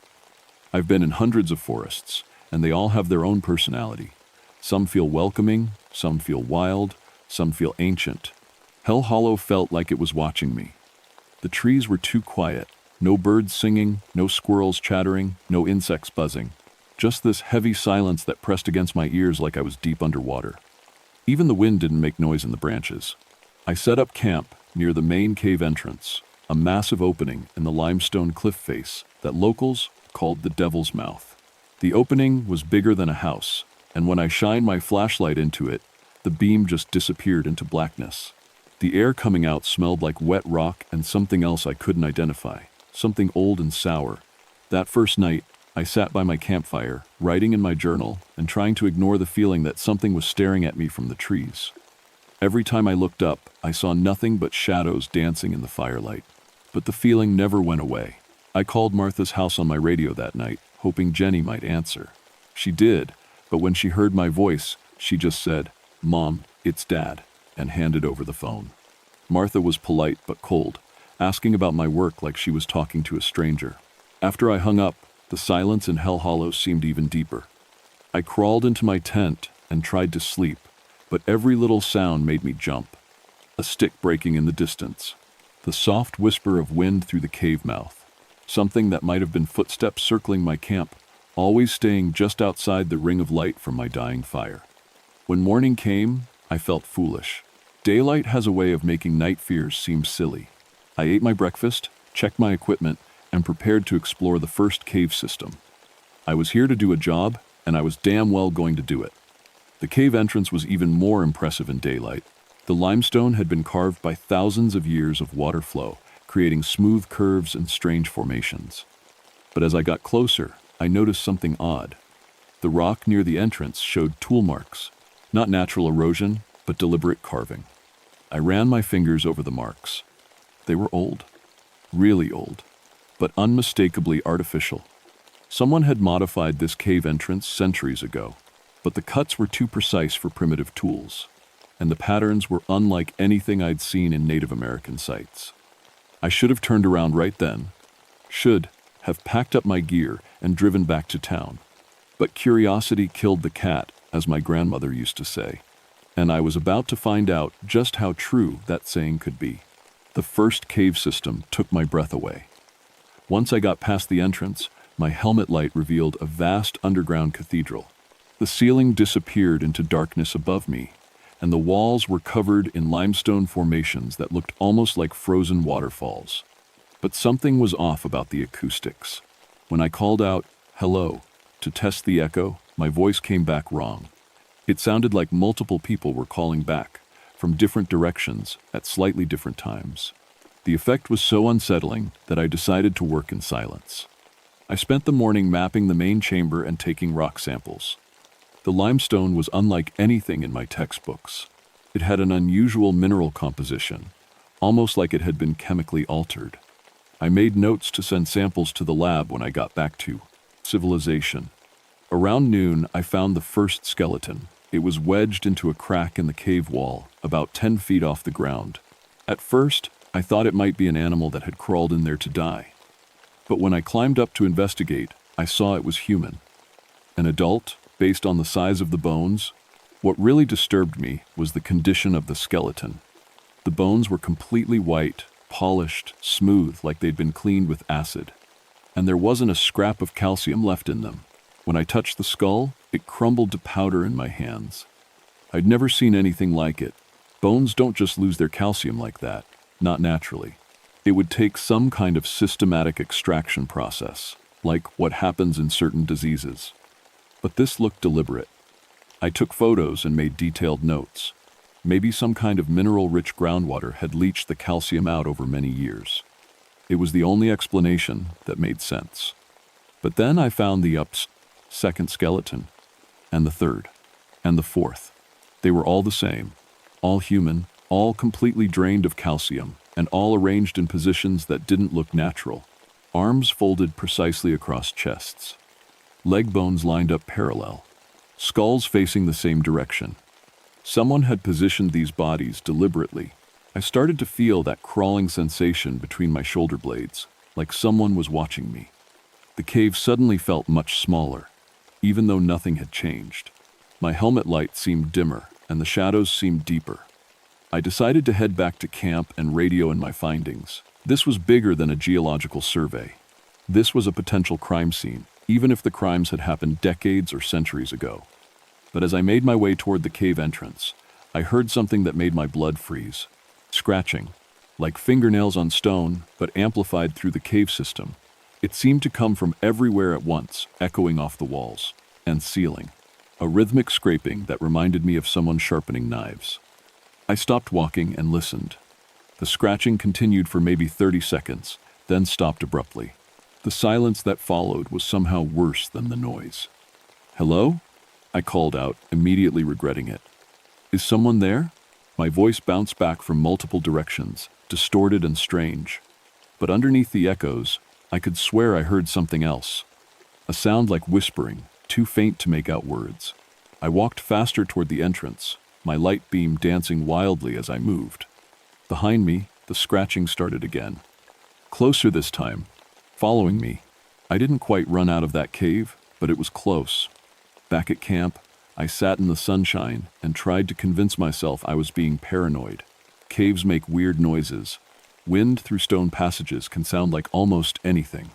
The human skeletons were probably old Native American burials, or maybe victims of some long ago accident. but my hands were shaking as I wrote up my report. That night, I set up my radio and tried to contact the ranger station. The transmission was full of static, and my supervisor's voice kept cutting in and out. "Survey going, Neil? Found some human remains," I said into the microphone. "Multiple skeletons. Might need to bring in archaeologists or..." "Can't hear you. A lot of interference." I said I found human bones in the first cave system. Check back in 72 hours. Stay safe. The radio went dead. I tried for another hour but couldn't raise anyone. The static was getting worse, filled with sounds that almost seemed like voices. But when I concentrated on them, they dissolved back into random noise. I made myself a simple dinner and tried to read, but I couldn't concentrate.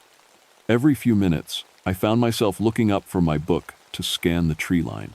The feeling of being watched was stronger than ever. Just after dark, I heard the scratching again. This time, it wasn't coming from the cave. It was coming from underneath my campsite. I didn't sleep much that night. Every time I started to drift off, I'd hear the scratching under my tent. Sometimes it sounded like one set of claws. Sometimes like dozens. I lay there in my sleeping bag, staring at the tent ceiling and listening to something moving through the earth beneath me. When morning finally came, I crawled out of my tent to find that things had been moved around my campsite. My geological equipment was arranged in a perfect circle around my fire pit. My rock samples were lined up by size, smallest to largest. My notebooks were stacked in a neat pile, with the pages all turned to blank sheets. I hadn't done any of that. "I'm not a neat person," asked my ex-wife. "I leave things where I drop them." But someone had organized my entire camp while I slept. The really disturbing part was that I hadn't heard anyone moving around outside, just the scratching from below. I checked for footprints, but found none. The ground around my tent was undisturbed. Whatever had rearranged my stuff hadn't left any tracks. I decided to explore a different cave system that day, hoping to find some answers. Maybe the scratching was coming from some kind of underground animal. Bats, maybe, or a family of raccoons that had made a den in the limestone. The second cave was smaller than the first, but it went much deeper into the cliff face. My flashlight beam revealed a narrow passage that seemed to go on forever. I had to crawl on my hands and knees in some places, squeezing through gaps barely wide enough for my shoulders. About 100 yards in, the passage opened into another chamber. This one was different from the cathedral-like space I'd found yesterday. The walls here were covered in markings. At first, I thought they might be natural formations. Limestone caves often have strange patterns where water has carved channels in most of the rock. But as I studied them more closely, I realized these were deliberate. Someone had carved symbols into the walls. The symbols weren't like any Native American petroglyphs I'd seen. They were more complex, almost like a written language. Some looked like stick figures, but with too many limbs. Others were geometric patterns that hurt to look at for too long. And scattered among the symbols were English letters. Leave. That was the first word I could make out, carved deep into the stone about eye level. Below it, go back. And lower down, in fresher-looking carving, last warning. Someone had been in this cave recently. Someone who knew I was here. I started taking photos of the symbols, but my camera flash seemed to make the carvings move. That was impossible, of course. Stone doesn't move. But in the brief millisecond of white light, the stick figures seemed to twist and writhe on the walls. That's when I noticed the sound. A low humming, almost below the range of hearing. It seemed to come from deeper in the cave, past this chamber. The humming had a rhythm to it, like a heartbeat or slow breathing. I followed the sound deeper into the cave system. The passages here were clearly artificial. The walls were too straight, the ceiling too uniform. Someone had carved living spaces out of solid rock. And then I found the first tools. They were lying on a natural shelf in the rock, arranged like a surgeon's instruments. But they were made from human bones. Arm bones sharpened to points. Rib cages fashioned into baskets. A skull that had been hollowed out and fitted with a handle, turned into some kind of scoop. The bone tools were old but well maintained. Someone was still using them. I was photographing the tools when I heard footsteps behind me. Slow, deliberate footsteps coming from the direction I'd entered. But these didn't sound like boots on stone. They sounded softer, like bare feet. Bare feet with too many toes. I turned around, my light beam cutting through the darkness. "Hello? Who's there?" The footsteps stopped, but in the silence that followed, I could hear breathing. Slow, deep breaths, like something large was waiting just outside my circle of light. "I know you're there," I said, trying to keep my voice steady. "I can hear you breathing." The breathing stopped. I stood there for what felt like hours, but was probably only minutes, listening to the absolute silence of deep stone. My heart was pounding so hard I thought it might give me away. Then, from somewhere in the darkness ahead of me, came a voice. Dr. Ashford. It knew my name. The voice was human but wrong somehow, like someone who had learned to speak by listening through walls. The pronunciation was perfect, but there was no emotion in it at all. "Who are you?" I whispered. "You have been chosen," the voice said. It seemed to come from multiple directions at once, echoing through passages I couldn't. "You see, special honor. You will join the deep community." I started backing toward the cave entrance, keeping my light pointed ahead of me. "I don't understand." "Who's there?" "Show yourself. Surface dwellers have forgotten the old agreements." The voice continued. "Your kind may look but not disturb. You have disturbed." I could hear movement now, rustling sounds from the darkness beyond my light. Not one thing moving, but several. Maybe dozens. "I'm just doing a geological survey," I said, still backing up. "I didn't mean to disturb anything." "Dr. Ashford teaches us much about surface technology," the voice said, and now there was something that might have been amusement in it. "We learn quickly from thinking food." That's when I ran. I scrambled through those narrow passages, faster than I'd ever moved in my life, scraping my knees and elbows on the stone walls. Behind me, I could hear them following, not running like I was, but moving with the steady confidence of things that knew these tunnels better than I knew my own house. I burst out of the cave entrance and into daylight, gasping and shaking. But even in the sunshine, I didn't feel safe. I could still hear that voice echoing in my head, thinking food. They weren't just living down there.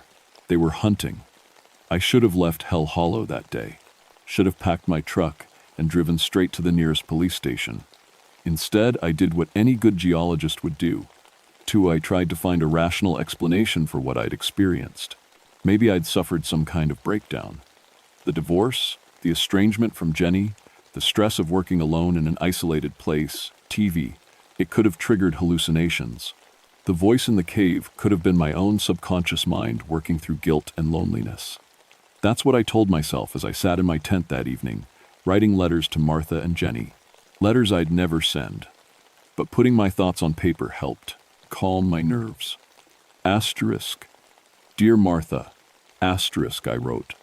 Asterisk. "If something happens to me, don't let Jenny come looking. This place changes people." Asterisk. But as I wrote, I realized that wasn't quite right. Hell Hollow wasn't changing me. It was revealing something that had always been here, hidden in the deep, dark places where sunlight never reached. I'd brought my camera back to camp and spent the afternoon reviewing the photos I'd taken in the caves. The pictures of the bone tools were clear enough, but the shots of the wall symbols were strange. In several photos, the stick figures appeared to be in different positions than when I'd taken the pictures. Arms raised instead of lowered. Heads turned to face the camera instead of looking away. Photos don't lie. But apparently, they could be changed after the fact. That night, I set up my radio and tried again to contact the ranger station.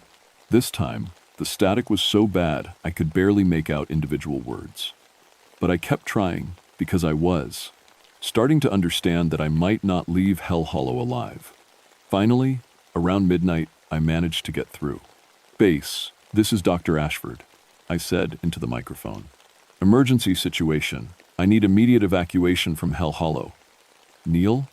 The voice was faint but clear. "My supervisor, Tom Bradley." "What's your status?" "They're not animals, Tom. They have cities down here. Thousands of them." "Neil, you're breaking up." "Say again?" "They've been taking people for generations. Breeding programs. Making us more nutritious." "Neil, I'm not reading you clearly. Are you injured?" I looked around my campsite. Everything was wrong. My equipment had been rearranged again, but this time it wasn't in neat piles. My geological samples were gone. My spare batteries were missing. All my calcium supplements, the ones I took for bone health, had disappeared. Tom, listen carefully, I said into the radio. Tell my daughter I love her, and whatever you do, don't send anyone to look for me. These things, they're not just hunting randomly. They're farming us. Neil, you need to calm down. I'm sending a team. That's when I saw them. They came out of the cave mouth like pale ghosts, moving with the fluid grace of things that had never known sunlight. At first glance, they looked almost human. 2 arms, 2 legs, a head where it should be. But the proportions were wrong. Too tall, too thin, with arms that hung down past their knees. And they were white as cave fish, so pale they seemed to glow in the darkness. Their faces were the worst part. Human-like but simplified, as if someone had tried to carve a person from memory and gotten the details wrong. No hair, no eyebrows, eyes that reflected my firelight like an animal's. Tom, I whispered into the radio, they're here. They're all around my camp. Doctor, Ashford joins the deep community now, said the voice I'd heard in the cave. But this time it came from one of the creatures standing at the edge of my campsite. Its mouth moved wrong when it spoke, like it was remembering how human lips were supposed to work. Surface dwellers stay away or face harvest, another one said. Its voice was identical to the first, as if they'd all learned to speak from the same teacher. I counted at least a dozen of them, standing just outside my circle of firelight. They didn't seem to be in any hurry. They just watched me with those terrible empty eyes, waiting for something. What do you want? I asked, though I was pretty sure I already knew the answer. You have learned too much, the first creature said. Knowledge brings responsibility. You will help us understand surface world. Teach us better ways to farm your kind. I won't help you hurt people. Dr. Ashford has no choice, it replied. And then it smiled, revealing teeth that had been filed to points. But first, you donate calcium, for the good of the deep community. They started moving toward me then, and I realized that my fire was the only thing keeping them at bay. They stayed just outside the ring of light, circling my camp like wolves around a wounded deer. I grabbed a burning branch from my fire and held it in front of me like a torch. The creatures stopped moving, but they didn't retreat. Fire dies, one of them observed. Dr. Ashford comes with us when fire dies. I looked at my dwindling pile of firewood, maybe enough to last until dawn, if I was careful. But dawn was hours away, and I wasn't sure sunlight would save me anyway. That's when I noticed something else missing from my camp. My radio. They'd taken it while I was distracted by their approach. The static I'd been hearing for days hadn't been interference. It had been them, listening to my transmissions, learning about the outside world. Tom? I called out, hoping my supervisor was still listening somehow. If you can hear me, stay away from Hell Hollow. They've got technology down there. They've been watching us, learning from us, and they're ready to expand their hunting grounds. The creatures laughed at that, a sound like wind through broken stone. Surface dwellers so frightened, one said. But doctor, Ashford helps us reach surface world, teaches us better hunting, better farming, better calcium extraction. They started showing me their tools then. The bone instruments I'd seen in the cave, but also things made from metal. My missing equipment, modified and sharpened. They'd been studying human technology, learning to improve their hunting methods. I realized then that I wasn't just a victim, I was a resource. They wanted my knowledge of the surface world, my understanding of human behavior and technology.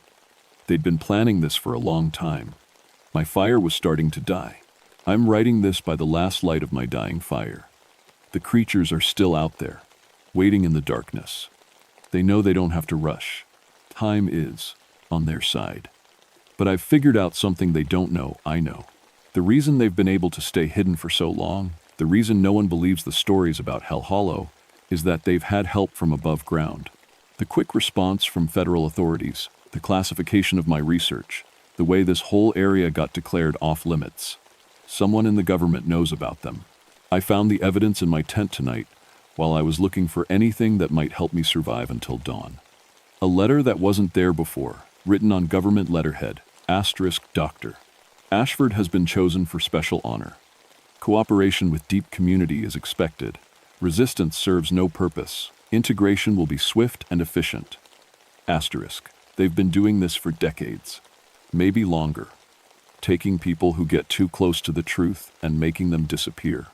The official cause of death, always the same: accidental drowning in underground rivers. But I'm not going quietly. I've hidden copies of my journal and letters around the campsite, in places where search teams might find them. I've buried detailed notes about the cave systems, the symbols on the walls, the bone tools, and everything I've learned about their society. Someone needs to know the truth. The creatures are getting restless now. I can see them pacing back and forth just beyond my light, their pale shapes moving like smoke through the trees. They're making soft clicking sounds with their teeth, a noise that reminds me of insects. Dr. Ashford's fire dies soon, one of them calls out. Then Dr. Ashford comes home with us. Deep community welcomes new teacher. My flame is just a flicker now. Maybe 5 minutes left, maybe less. But I'm not done fighting. I've been saving the battery from my radio, the one they didn't know I had removed earlier. It's got enough charge for one last transmission, one final message to the outside world. Even if they jam it, even if no one believes it, I have to try. This is Dr. Cornelius Ashford. I speak into the darkness, hoping someone, somewhere, is listening. If you find this recording, stay away from Hell Hollow. The creatures living in the deep cave systems are real, and they're not just animals. They have intelligence, technology, and a systematic approach to hunting humans. The clicking sounds are getting louder. They know what I'm doing. They've been taking people for generations, possibly centuries. They farm us for calcium, keeping prisoners alive while slowly extracting minerals from our bones. But they're evolving, learning from their victims. They want to expand their operations to the surface world. Something moves in my peripheral vision. One of them has gotten closer to my dying fire, and someone in the federal government knows about them. Someone's been covering this up, making people disappear, keeping the truth buried. Check the classified files for Project Limestone Garden. Find out who's been protecting these things. My fire gutters and almost dies. In the sudden dimness, I can see dozens of pale shapes surrounding me. Maybe hundreds. How many of them are down there in the deep places? Tell my daughter I'm sorry, I whisper into the radio. Tell her I love her, and tell her to stay away from caves. Tell everyone to stay away from... The fire dies. In the absolute darkness that follows, I hear them moving.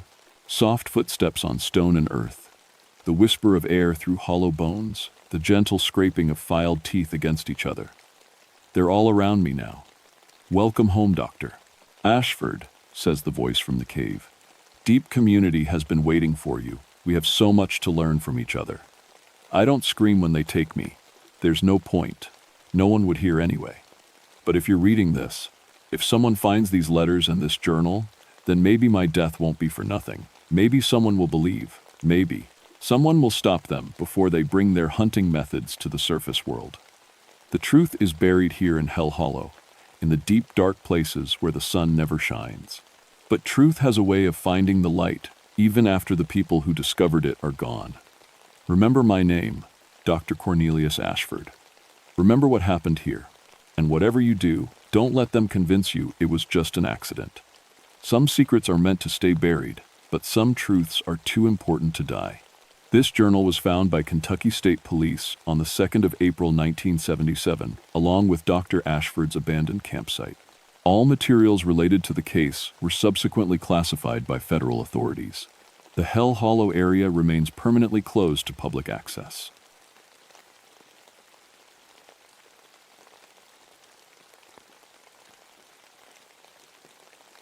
My name is Jeremiah Blackwater, but everyone calls me Rome. I've been a park ranger for 31 years now, and this is my last assignment before I retire. At 58 years old, I'm looking forward to spending my days fishing instead of hiking through the woods with a heavy pack. They sent me to Cherokee National Forest in Tennessee, to a place called Joyce Kilmer Memorial Forest. It's a special area within the forest called Elder Grove. 4,000 acres of old-growth trees that have been standing for over 400 years. These trees are massive, some of them wider than a small house. When you walk among them, it feels like being inside a cathedral made of wood and leaves. I'm here to do what I've always done, protect the forest and keep an eye on things. But Elder Grove is different from other places I've worked. The Cherokee people who lived here long ago considered it sacred. My grandfather was part Cherokee, and he used to tell me stories about places where the spirit world touched our world. I never paid much attention to those stories until I came here. It's November 1994, and most of the leaves have fallen. Without all that green covering everything, you can see the shapes the trees make against the sky.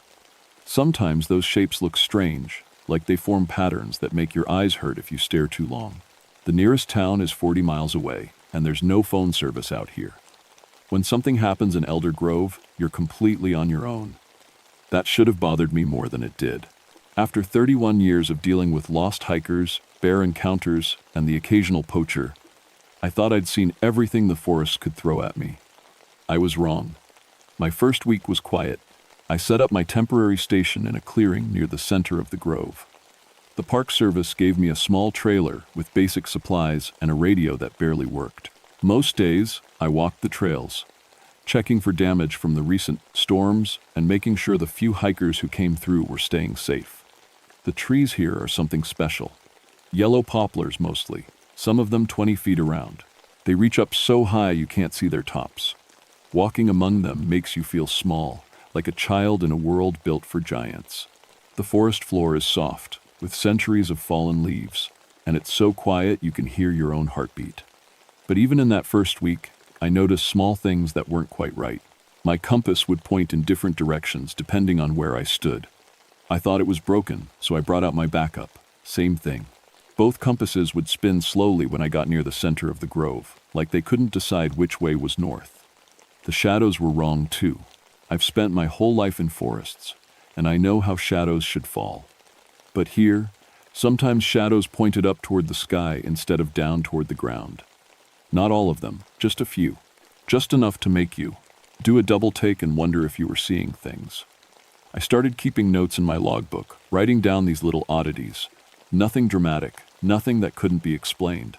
Maybe the compass problem was caused by mineral deposits underground. Maybe the shadow thing was just tricks of light filtering through the canopy in unusual ways. But the feeling was there from the beginning, the feeling that the forest was watching me. That sounds crazy, I know, but any ranger who spent time in real wilderness knows what I mean. Sometimes you feel like you're being observed, usually by a deer or a bear keeping an eye on the human walking through their territory. This was different. This felt like the trees themselves were watching. I tried to shake it off. After 3 decades in the woods, I thought I was past getting spooked by strange noises and feelings. I told myself it was just because Elder Grove was so isolated, so different from anywhere else I'd worked. The trees, they were older here, bigger, more mysterious. It made sense that the place would feel different. On my 7th day, I found the first hiker. She was sitting on a fallen log about a mile from my station, staring up at the canopy with a confused expression on her face. At first, I thought she was just resting, maybe taking a break from hiking. But as I got closer, I realized something was very wrong. The woman looked to be about 70 years old, with white hair and deeply wrinkled skin. She was wearing a bright yellow backpack and new hiking boots, the kind young people buy for weekend adventures. But her hands were spotted with age, and her face had the kind of lines that take decades to form. "Ma'am, are you all right?" I asked, approaching slowly. She turned to look at me, and her eyes were the most confused I'd ever seen. I don't understand," she said in a voice that cracked with age. "I was just here for the day. I'm 25. I'm supposed to meet my boyfriend at the parking lot at 5. I checked my watch. It was almost 6 in the evening. "How long have you been sitting here?" I asked. "A few minutes," she said. "Maybe an hour?" "I don't. The time feels strange here. The trees keep growing, but it happens so fast. I watched that branch sprout new leaves while I was sitting here, but it's November. Trees don't grow leaves in November." I looked where she was pointing. The branch looked normal to me, covered in the brown bark of a tree that had lost its leaves for winter. But her expression was so sincere, so frightened, that I felt a chill run down my spine. "What's your name?" I asked. "Sarah. Sarah Chen. I drove up from Knoxville this morning. I'm meeting David at 5. She checked her own watch and gasped. "This says it's 6:15, but that can't be right. I've only been here for a little while." I helped Sarah back to the parking lot, where we found a car with Tennessee plates and a worried young man pacing beside. The man, David, ran toward us as soon as he saw us coming out of the forest. "Sarah, thank God. I was about to call the rangers. You've been gone for 8 hours." Sarah looked at David, then at her reflection in the car window. She screamed. It was a sound I'll never forget, full of terror and confusion. She touched her face, her white hair, staring at her aged reflection like she was seeing a ghost. "This isn't me," she whispered. "This isn't my face." David stepped back, his own face pale with shock. "Sarah, what happened to you? You look like I'm old," she finished. "But I'm not. I'm 25. I was 25 this morning. I radioed for medical assistance and stayed with them until the ambulance arrived. The paramedics were as confused as the rest of us. Sarah's ID said she was born in 1969, which would make her 25. But every medical test they could do on the spot, checking her pulse, her blood pressure, her reflexes, indicated she had the body of someone at least 70 years old. They took her to the hospital in Knoxville. I never found out what the doctors there concluded. That night, I couldn't sleep. I kept thinking about what Sarah had said, that she watched a tree branch grow new leaves in November. I'd been in the forest when she came out, and I hadn't seen anything unusual. But her terror was real. Her aged appearance was real. I started carrying a camera with me on my rounds. If something strange was happening in Elder Grove, I wanted evidence. The camera didn't work the way it should have. Every photo I took came out wrong. Not blurry or overexposed, wrong in ways that didn't make sense. Pictures of normal forest paths showed twisted trees that weren't there when I looked with my eyes.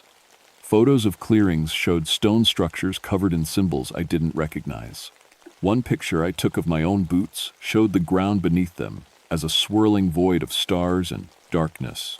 I developed the film at my station using a small darkroom kit I'd brought for documenting wildlife. Every single photo showed a version of the forest that I'd never seen. A forest where the trees grew in impossible spirals, where geometric patterns covered every surface, where the sky was filled with colors that don't have names. But when I looked at these same locations with my eyes, I saw normal forest, old trees, fallen logs, patches of sunlight filtering through the canopy. 2 days later, I found the second hiker. This time, it was a man in his 30s, sitting in the same spot where I'd found Sarah. He had the same confused expression, the same aged appearance. According to his driver's license, he was 32 years old. According to his body, he was pushing 80. "I was just here for an hour," he told me, his voice shaky with age and confusion. "I wanted to see the big trees. My wife packed me a lunch." He held up a brown paper bag. "The sandwich is still fresh. But my hands," to look at my hands. His hands were spotted and wrinkled, the hands of someone who had lived a full lifetime. The sandwich in the bag looked like it had been made that morning. That's when I realized Elder Grove was doing something to people. Something that aged their bodies while leaving their minds confused and lost in time that didn't match reality. And if it was happening to hikers, what was it doing to me? I should have called for backup then. Should have contacted my supervisor and recommended that Elder Grove be closed to the public until someone could figure out what was happening. But I didn't. Part of it was pride. I'd been handling difficult situations in the wilderness for 3 decades, and I wasn't about to admit that some trees were too much for me to handle. But if I'm being honest, the bigger part was curiosity. Something impossible was happening in this forest, and I wanted to understand it. That decision almost killed me. The strange events started happening faster after I found the second aged hiker. My compass stopped working entirely, spinning wildly no matter where I stood. The shadows began moving on their own, shifting and changing, even when the sun stayed in the same position. Time became unreliable. Time show light of beat 2 hour home. My watch would run backward for hours, then suddenly jump forward. I started seeing things that shouldn't exist. Trees growing through solid rock like the stone was made of air. Deer walking upside down on the underside of tree branches, grazing on leaves that grew downward. Birds that flew in perfect geometric patterns, tracing symbols in the air that made my eyes water when I tried to focus on them. The worst part was that I was starting to understand it all. Not with my brain, but with some deeper part of myself that remembered my grandfather's stories about places where the spirit world touched ours. The Cherokee had known about Elder Grove. They'd known it was different, dangerous, sacred. They'd known to stay away, except for the most important ceremonies. On my 10th day, I found something that made me understand why. I was hiking the Eastern Trail when I came across a clearing I'd never seen before. In the center of the clearing was a circle of stones, each one carved with symbols that seemed to shift and change when I wasn't looking directly at them. Between the stones, the air seemed thick and wavy, like heat rising from summer pavement. As I got closer, I started to hear voices, quiet at first, then getting louder. They were speaking in a language I didn't recognize. But somehow I understood what they were saying. They were Cherokee voices from hundreds of years ago, conducting a ceremony to keep something contained. The forest mind must not wake, they chanted. The boundary must hold, the old ones must sleep. I could see them then, like ghosts or memories made visible. Cherokee men and women in traditional clothing, dancing around the stone's circle, keeping something at bay through the power of their ritual and their faith. But as I watched, their images began to fade.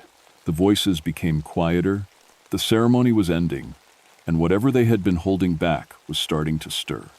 That's when I felt it for the first time. The presence of something vast and ancient and utterly alien. Something that existed in the spaces between normal reality. Something that could reshape the world just by thinking about it. The forest mind was waking up. I ran back to my station, but running in Elder Grove wasn't like running anywhere else. Sometimes the path ahead of me would stretch out like a rubber band, making 100-yard distance feel like miles. Other times, I'd take a single step and find myself half a mile from where I started. The forest was playing with space and time, bending reality like it was made of clay. When I finally reached my trailer, I tried to radio for help. The radio crackled, with static. But underneath the noise, I could hear something else. A sound like breathing, slow and deep, like something the size of a mountain taking its time with each breath. That night, I had the first dream. I was standing in the forest, but it wasn't the Elder Grove I knew. The trees were enormous, big enough to hold cities in their branches. Their roots extended deep into the earth, connecting to a vast network that spanned continents. I could see the whole planet from above, and I understood that what I thought of as separate forests were actually parts of one huge organism that had been growing here since before humans existed. The forest mind spoke to me in that dream, not with words, but with pure understanding flowing directly into my thoughts. I have been waiting, it said. The barriers grow weak, the old agreements fade. I need someone to speak for me to the new world. I woke up knowing that I hadn't been assigned to Elder Grove by chance. Something in my Cherokee blood, some genetic memory or spiritual connection, made me compatible with whatever was awakening here. The forest mind had been influencing events to bring me here, to this place, at this time. The aged hikers weren't random victims, they were test subjects. The forest mind was learning how human bodies worked, how human consciousness functioned, preparing for some kind of merger or transformation, and I was going to be its partner in that process. Over the next few days, the boundaries between dream and waking life began to blur. I'd be walking the trails during the day, and suddenly find myself experiencing memories that weren't mine. The growth of these trees over centuries, the migrations of animals across thousands of years, the rise and fall of ice ages and climate changes. I began to understand that the Cherokee ceremonies hadn't been about keeping the forest mind asleep. They had been about maintaining a delicate balance, allowing it to remain aware, while preventing it from expanding its influence beyond the boundaries of Elder Grove. But human civilization had changed the rules. Radio waves, electrical signals, the constant electromagnetic noise of modern life, all of it was disrupting the old barriers. The forest mind was no longer contained, and it was starting to reach out into the wider world. I found evidence of this when I discovered what had happened to the other hikers who had disappeared over the years. They hadn't aged rapidly like Sarah and the man I'd found.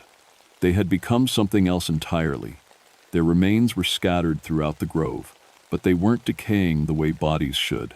Instead, they were becoming part of the forest. I found a skeleton with tree roots growing through the rib cage, tiny saplings sprouting from the skull. Another body had become completely integrated with a massive oak tree, the bones visible inside the bark like fossils in stone. The forest mind was learning. From each person it absorbed, growing more complex, more capable of understanding human thoughts and desires. Soon it would be ready to make contact with the outside world, and I was its chosen ambassador. On my 20th day in Elder Grove, everything changed. I woke up that morning and immediately knew something was different. The air felt thick and electric, like the moments before a thunderstorm. But there were no clouds in the sky, and the weather forecast called for clear skies all week. The animals were gone. I realized this as I walked my morning rounds. No birds singing, no squirrels chattering, no insects buzzing. The forest was completely silent, except for the sound of my own footsteps on the carpet of fallen leaves. That's when I started seeing them. Figures moving between the trees, always just at the edge of my vision. When I turned to look directly, there was nothing there. But I could feel them watching me, following me, staying just out of sight. I made my way to the stone circle where I'd first heard the Cherokee voices. The circle was still there, but the stones were different now. They were taller, more elaborate, covered in symbols that seemed to move and change as I watched them. And in the center of the circle, the air wasn't just wavy anymore. It was open. A doorway hung in empty air, showing glimpses of somewhere else. Not another place on Earth, but another reality entirely. Through the opening, I could see landscapes that followed different rules. Forests where the trees grew downward into an infinite sky, oceans that flowed uphill, mountains that existed in impossible spirals. And coming through that doorway, slowly and carefully, was something that I can only describe as hunger given form. It wasn't a creature exactly. It was more like a living void, a piece of emptiness that moved with purpose. Wherever it touched, reality started to unravel. Trees aged and died and crumbled to dust in seconds. The ground itself began to dissolve, revealing the same star-filled void I'd seen in my photographs. I understood then what the Cherokee ceremonies had really been about. They weren't just maintaining balance with the forest mind. They were keeping these things out. These reality eaters, these cosmic predators that consumed entire worlds by simply existing in them. The forest mind had been Earth's guardian all this time, using places like Elder Grove as monitoring stations, watching for signs that the barriers between dimensions were weakening.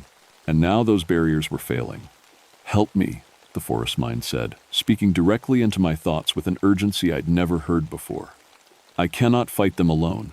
I need a human consciousness to bridge the gap between realities.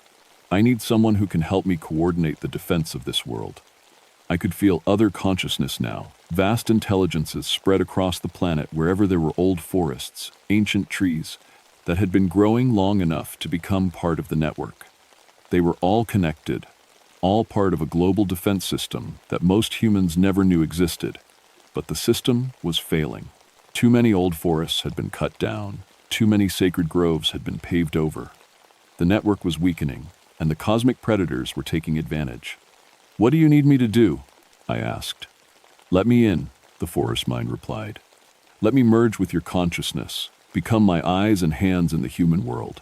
Help me save your species and mine."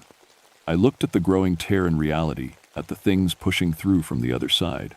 More of them now, each one eating away at the foundation of existence itself. I thought about Sarah and the other hiker, aged decades and hours. I thought about the bodies I'd found becoming part of the trees. I thought about my grandfather's stories about the places where two worlds touched, and the responsibility that came with standing at those boundaries. "Will I still be me?" I asked. "You will be more than you," the forest mind answered. "You will be yourself, and you will be us. And you will be the guardian of realities that most minds cannot imagine." The cosmic predators were spreading out from the stone circle now, and reality was collapsing faster. I could see the effects spreading beyond Elder Grove, advancing toward the towns and cities where millions of people lived their lives without knowing that existence itself was under attack. I closed my eyes and opened my mind. The merger happened all at once, like being struck by lightning made of pure knowledge. Suddenly I could feel every tree in Elder Grove, every root, every leaf, every ring of growth that marked the passage of seasons. But more than that, I could feel forests around the world, ancient groves on every continent, all connected in a vast network of consciousness that had been protecting Earth for millions of years. Through that network, I could see the cosmic predators for what they really were. They weren't evil exactly, just incompatible with our kind of reality. They consumed ordered existence and left behind chaos, not out of malice but because it was their nature. And I could see how to fight them. Working together, the forest mind and I began to weave new barriers, using the geometric patterns I'd seen in my photographs as templates. We drew on the life force of every connected tree, every underground network of roots, every sacred grove where humans had once performed ceremonies to maintain the balance. The fight was happening in multiple dimensions at once, with weapons made of thought and will and the fundamental forces that hold reality together. I could feel myself stretching across space and time, existing in dozens of places simultaneously, coordinating a defense that spanned the entire planet. Gradually, slowly, we began to push the invaders back. The cosmic predators retreated through their dimensional doorway, and I helped the forest mind seal the opening. But I could feel their attention still focused on our reality, probing for other weak points, other ways to break through. The immediate crisis was over, but the war was just beginning. When the merger was complete, I found myself sitting in the stone circle, still in my ranger uniform, still recognizably human. But I was also something more now. I could feel the vast network of consciousness that connected every major forest on Earth, and I understood my role in it. I walked back to my station and wrote my final report to the Park Service. I told them that Elder Grove was safe for visitors again, that the unusual incidents had been resolved. I didn't mention the cosmic predators or the forest mind or the fact that I was no longer entirely human. Some things are too big for paperwork. I kept my job as a ranger because the world needs people who can stand guard at the boundaries between realities. To visitors, I'm just Jeremiah Blackwater, an old-timer who knows the forest better than anyone. They don't need to know that I'm also the early warning system for dimensional invasions, or that the trees around them are part of a planetary defense network. Most of the time, I'm still just Rome. I still enjoy hiking through the woods, still help lost tourists find their way back to the parking lot, still dream about retirement and fishing. But part of me is always aware of the larger picture, always monitoring the barriers that keep our realities stable. The aged hikers were the last casualties. Whatever was causing people to lose decades of their lives stopped happening after the merger. Sarah Chen and the other victims never got their youth back, but they're safe now. Sometimes that has to be enough. I've been guarding Elder Grove for 6 months now, and I plan to keep doing it for as long as necessary. The forest mind tells me that could be a very long time, centuries, maybe millennia. Trees have a different relationship with time than humans do. But that's okay. I've got a good job, meaningful work, and the most beautiful office in the world. And on quiet evenings, when the forest is peaceful and the barriers between realities are strong, I can still hear my grandfather's voice in the wind, telling me stories about the places where two worlds touch. He'd be proud to know that someone in our family is helping to keep the balance. The cosmic predators are still out there, still looking for ways to break through. But they'll have to get past every forest on Earth first, and every ranger who's learned to see beyond the surface of things. We're watching, we're ready, and we'll keep the boundaries safe for as long as trees grow toward the light.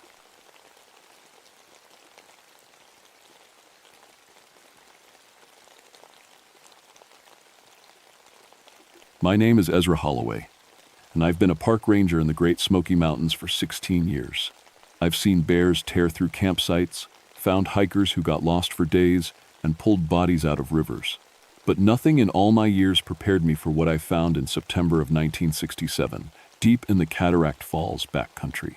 I was 43 then, old enough to know the mountains like the back of my hand, young enough to handle 10 days alone in the wilderness. The Park Service sent me out to investigate what they called unusual predator activity near Howling Creek. 7 campers had died in 6 weeks. The bodies were found in places that made no sense, 30 feet up in trees, buried in solid rock, scattered across cliff tops with no way to climb up. The morning I headed out, thick fog hung in the hollows like dirty cotton. My supervisor, Jim Bradley, looked worried as he watched me load my pack. "You sure you want to do this alone, Ezra?" he asked, adjusting his. "We could wait for backup from Knoxville." I shook my head. Backup's 50 miles away through roadless terrain. Whatever's killing people out there, it needs to be stopped now. Hunting season starts in 2 weeks. Jim knew about my time in Vietnam. He knew about the injury I got over there. Shrapnel that left me with gaps in my memory sometimes, moments where I'd lose track of time. But he also knew I was the best tracker in the service. If something was hunting people in these mountains, I'd find it. The Cherokee called this area Kitawa, a word that meant wolf spirits who could steal human thoughts. The old-timers around here still told stories about them, especially when the fog rolled in thick like today. I didn't put much stock in ghost stories, but I respected the mountains enough to listen. My first day took me 12 miles into the back country, following Howling Creek through narrow hollows thick with laurel. The silence bothered me. No birds singing, no squirrels chattering. Even the insects seemed quiet. After 16 years of mountain sounds, you notice when they stop. I made camp near where they found the first body, a college kid from Nashville who'd been hunting alone. According to the report, something had torn him apart and arranged the pieces in a perfect circle. The local sheriff called it a bear attack, but I'd seen bear kills. This was something else. That first night, I heard howling in the distance. Deep, long calls that echoed off the ridges. But the sound seemed wrong somehow. Too intelligent, too organized. Like the animals were talking to each other about something important. I wrote everything down in my journal, same as always. Time, weather, observations. It helped keep my mind focused when the injury acted up. The doctor said I might always have problems with memory gaps, but writing things down helped me keep track. Around midnight, the howling stopped. The silence that followed felt heavy, like the mountains themselves were holding their breath. I dozed fitfully in my sleeping bag, waking every hour to check the fire. Something was watching me from the tree line. I could feel eyes on my back, patient and hungry. When morning came, I found tracks around my campsite. Huge paw prints, bigger than any wolf I'd ever seen. But here and there, mixed in with the paw prints, were what looked like human footprints. Boot prints, actually, like someone wearing hiking boots had walked alongside the animal. I photographed everything, measured the tracks, made detailed notes. The paw prints were 6 inches long, with claw marks that gouged deep into the soft earth. But the strangest thing was how they seemed to change. In one spot, clear paw prints. 10 feet later, something that looked half human, half animal. Then back to paws again. I'd been a hunting guide before joining the Park Service. I knew animal tracks like most people knew letters of the alphabet. These tracks told a story, but it was written in a language I didn't understand. The fog lifted around noon, and I got my first clear view of the hollow.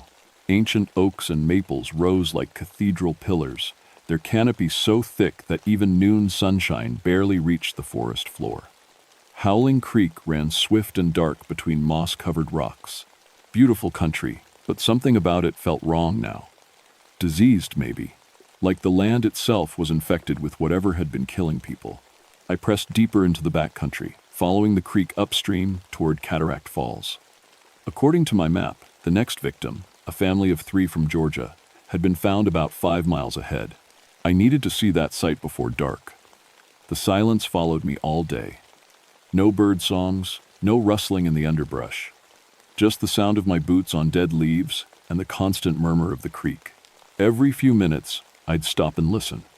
Once, I thought I heard footsteps behind me, matching my pace exactly. But when I turned around, the forest was empty. By late afternoon, I'd covered 8 miles without seeing so much as a squirrel. The wrongness I'd felt that morning was getting stronger. This wasn't natural. Something had scared all the wildlife away from a huge area. Something big enough and dangerous enough to clear out everything with fur, feathers, or wings. I made my second camp in a small clearing near where Howling Creek bent sharply east. The spot felt defensible, open ground with good sight lines, the creek at my back. I built a large fire and cooked beans and coffee, trying to act normal. But my rifle stayed within arm's reach, and I kept catching myself looking over my shoulder. That's when I found the first note. It was tucked under a rock near my fire pit, written in my own handwriting on Park Service paper. Asterisk, Day 3. Spoke with pack leader again. Agreement still stands. Memory gaps getting worse, but worth it for what he's teaching me. Don't trust the radio reports. 7 victims so far, but there will be more, have to be more.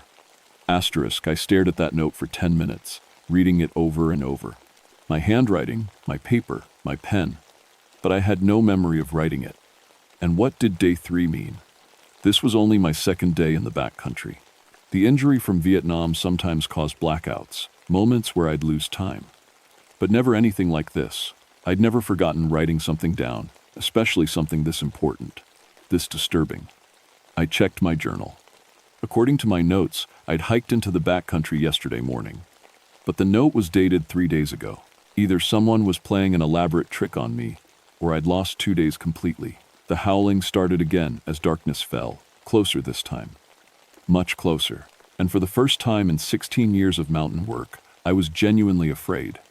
I woke up the next morning with dirt under my fingernails and blood on my shirt.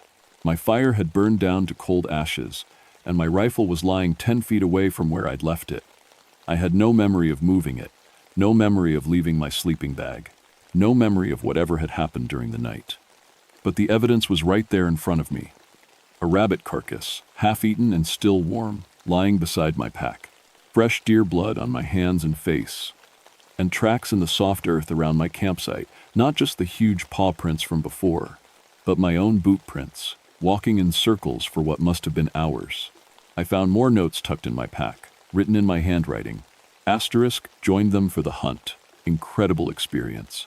Senses sharper than ever before. Can smell fear from 100 yards away. Pack leader says I'm learning fast.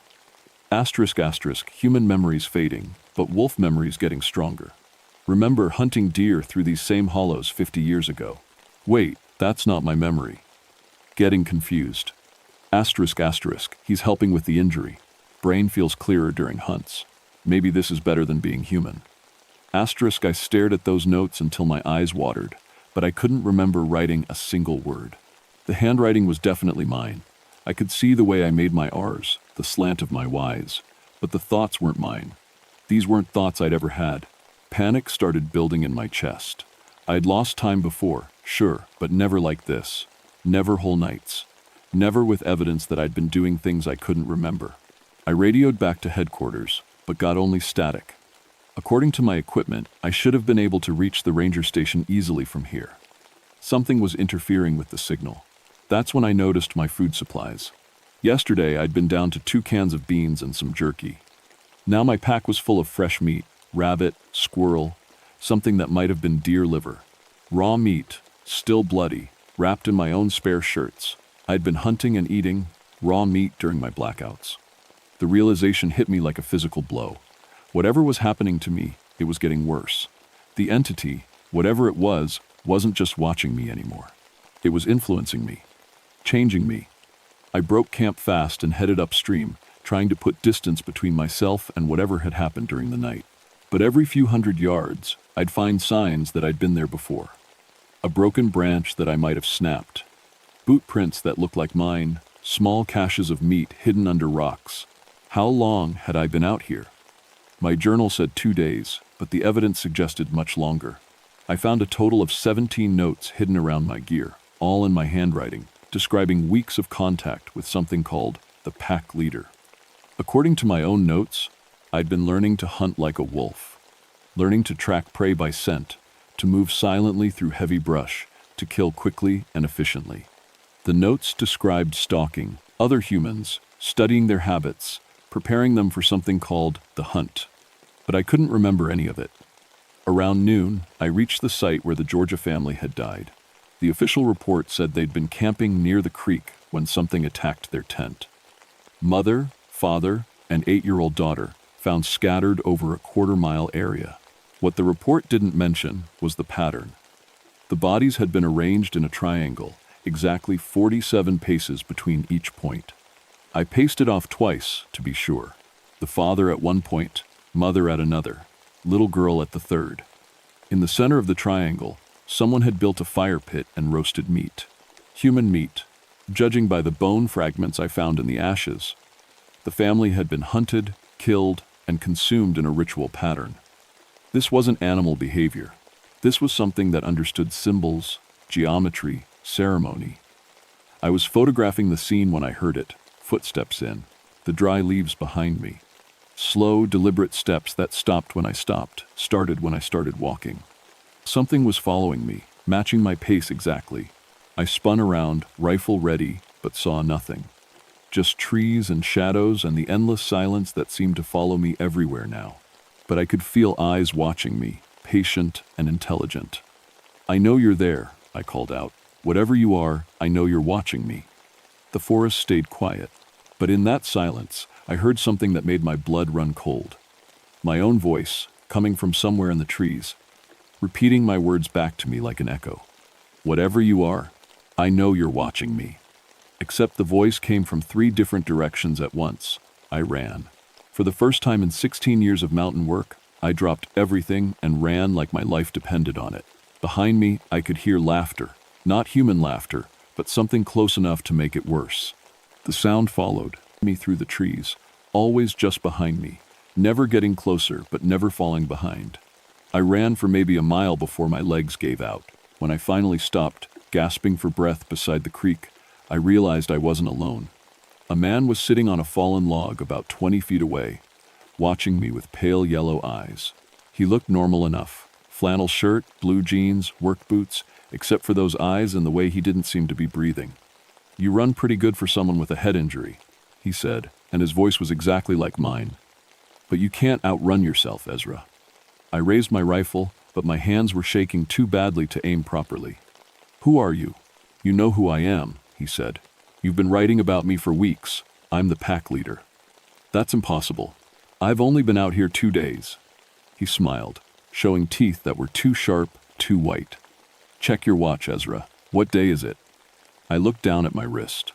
The date window showed September 28th. According to my journal, I'd started this assignment on September 15th. I'd lost nearly 2 weeks. "We've been having such good talks," the pack leader said. "You just don't remember them all yet. But you will.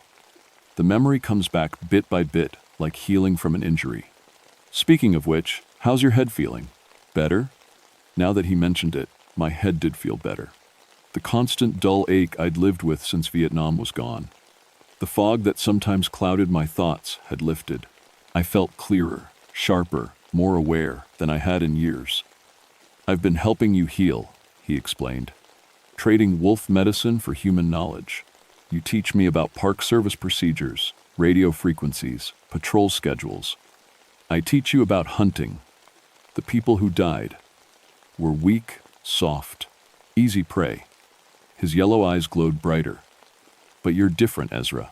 You're a predator who's been pretending to be prey. I'm just helping you remember what you really are." I wanted to pull the trigger, but something stopped me. Maybe it was curiosity. Maybe it was the fact that my head felt better than it had in years. Or maybe it was the small voice in the back of my mind that whispered he might be right. "What do you want?" I asked. "Partnership," he said. "There are 7 of us in the pack, but we need human intelligence to hunt efficiently. You know how people think, how they move, where they go to feel safe. Help us hunt, and we'll help you heal completely.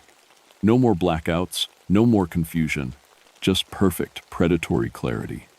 The offer was tempting, more tempting than it should have been. "And if I refuse?" His smile widened. "Then you'll keep losing time. Keep finding bloody notes you don't remember writing. Keep waking up with human meat in your pack. Eventually, you'll lose yourself completely, but at least you'll remember every kill." The pack leader stood up, and for just a moment, his shape seemed to blur. Human form mixed with something else. Longer limbs, broader shoulders, a muzzle instead of a face. Then he was human again. "Think about it, Ezra. We'll talk again soon." He walked into the trees and vanished, leaving me alone with my rifle and the terrible knowledge that I was no longer entirely human. 3 days later, I killed my first person. I don't remember deciding to do it. I don't remember stalking him through the laurel thickets or waiting for the perfect moment, but I remember the kill itself with perfect, horrible clarity. His name was Marcus Webb, a geology student from the University of Tennessee who'd come to collect rock samples near Cataract Falls. 22 years old, sandy hair, wore thick glasses that made him look younger. I found his research notes scattered around his campsite after I killed him. I remember the feeling of my teeth tearing his throat open. I remember the hot blood on my hands and face. I remember the incredible surge of strength and satisfaction as he stopped struggling. But I also remember looking down at his body afterward and feeling sick with horror. because part of me, the human part that was still fighting, knew this was wrong. Murder. I was a park ranger. I was supposed to protect people like Marcus Webb, not hunt them down like animals. The pack leader found me crouched over the body, covered in blood and shaking. "Excellent work," he said, crouching beside me. "How do you feel?" "Sick," I whispered. "I killed him. I murdered a college kid. You hunted weak prey and fed your pack. Nothing sick about that." But there was no pack around us. Just me and him and Marcus Webb's torn body. I said as much. The pack leader laughed. "Look closer, Ezra. Really look." I looked up and saw them. 7 massive shapes moving through the trees like shadows. Wolves, but wrong. Too big, too smart, walking on hind legs when they thought I wasn't looking directly at them. Yellow, eyes gleaming in the afternoon light. "We've been hunting together for weeks," the pack leader explained. "You just haven't been able to see us clearly until now. The healing process affects perception, makes you more aware of things that were always there." One of the wolves, a huge black female with scars across her muzzle, padded over and began feeding on Marcus Webb's body. She looked at me and nodded, like she was thanking me for the meal. I should have been terrified. Instead, I felt proud. That night, the pack leader showed me how to transform. It wasn't magic, he explained. It was just a matter of remembering what we really were underneath the human disguise. He had me lie down in a circle of stones while he chanted in a language that sounded like wolves howling. Then he used a sharp rock to carve symbols into my arms and chest. The pain was incredible, but as the blood flowed, I felt myself changing. My senses became razor sharp. I could smell individual animals from miles away, hear heartbeats through thick tree cover. My muscles grew stronger, my reflexes faster. My thoughts became clearer and more focused. For the first time in years, I felt completely healthy. "This is what you were meant to be," the pack leader said. "Before Vietnam, before the injury, before civilization taught you to be ashamed of your predatory nature." I spent the night running through the forest on all fours, hunting deer with the pack. We brought down a large buck near midnight, and I ate my share of raw meat while it was still warm. It tasted better than any meal I'd ever had. But when morning came, and I changed back to human form, the guilt returned. I was a murderer now, a cannibal. I'd crossed lines that couldn't be uncrossed. The pack leader sensed my internal struggle. "Guilt is a human weakness," he told me as we prepared to hunt again. "You feel bad because you're still thinking like prey. But you're not prey anymore. Ezra, you're an apex predator. Start acting like one." Over the next few days, we killed 3 more people. A middle-aged couple from Florida who'd come to photograph autumn leaves. I remember luring them away from the main trail by telling them about a spectacular waterfall deeper in the backcountry. The pack surrounded them near Howling Creek, and we fed well that night. A solo hiker named David Chen, an accountant from Memphis who'd taken a week off work to find himself in the mountains. We stalked him for 2 days before striking. I remember the look of betrayal in his eyes when he realized his trusted park ranger was leading the attack. The kills were getting easier. Each time I transformed, more of my human conscience faded away. The pack leader was right. Guilt was just a weakness that held predators back from their true nature. But late at night, when I was alone with my thoughts, I knew something was terribly wrong. I was supposed to be investigating the murders, not committing them. People were counting on me to stop the killing, not join it. I tried to radio for help, but something had happened to my equipment. Every frequency was dead except one, a channel that played the sounds of wolves howling. When I tried to call headquarters, my own voice came back to me, speaking words I hadn't said. "All clear. No problems. Investigation continuing." Someone was using my radio to report false updates to the Park Service. I checked my journal and found entries I didn't remember writing. Asterisk. Day 18. Killed another one today. Getting easier each time. Human thoughts feel fuzzy and distant now. Wolf thoughts much clearer. Asterisk asterisk. Day 21. Pack leader says final transformation almost complete. Few more hunts and won't need human form at all. Looking forward to it. Asterisk asterisk. Day 24. Remembered killing 7 campers before current assignment began. Bodies hidden throughout territory. Cover story about investigation was my idea. Very clever. Asterisk. That last entry stopped me cold. According to my own handwriting, I'd been killing people for months. The 7 dead campers that had triggered this investigation, I'd killed them myself. The Park Service hadn't sent me to stop the murders. I'd manipulated them into sending me out here so I could kill more people. But that was impossible. I'd been a park ranger for 16 years. I'd saved lives, not taken them. I'd dedicated my career to protecting these mountains and the people who visited them. Unless that was all a lie. The pack leader appeared beside me as I stared at my journal, trying to make sense of the timeline. "Memory's a funny thing," he said. "Especially damaged memory, so easy to reshape, to improve. I've been helping you remember who you really are, Ezra. Not the pretend hero you've been playing for 16 years, but the killer you've always been, deep down." "That's not true," I said, but my voice sounded weak even to me. "Isn't it? Think about Vietnam, Ezra. Really think. What did you do over there?" "Vietnam." I tried to remember my service, but the memories were fuzzy, confused. I remembered being wounded, getting the head injury. But what had I been doing when the shrapnel hit? Slowly, horribly, the memory came back. I'd been in a village outside Da Nang, night patrol. We'd gotten reports of enemy activity, but when we arrived, we found only civilians. Families with children, old people, farmers. Our lieutenant had ordered us to search for weapons, but some of the soldiers had started doing other things. Terrible things. I should have stopped them. Should have reported them. Instead, I'd joined in. I remembered the feeling of power, the rush of taking what I wanted by force. I remembered killing people who couldn't fight back. I remembered enjoying it. The head injury hadn't happened during combat. It had happened when another soldier tried to stop me from murdering a child. I'd turned on him with my bayonet, and he'd hit me with the butt of his rifle. "You see," the pack leader said softly, "you've always been a predator, Ezra. The park ranger thing was just a disguise, a way to get close to potential victims while looking respectable. But now, you don't need the disguise anymore." I wanted to deny it, but the memories were too clear. Too real. The pack leader was right. I'd been a killer long before I met him. He'd just helped me stop pretending to be anything else. That night, we hunted together as a full pack for the first time. 7 wolves and 1 man who was becoming less human with each kill. We brought down a family of 4, parents and 2 teenagers, who'd been camping near Bear Creek. I felt no guilt this time, no hesitation. They were prey, and we were predators.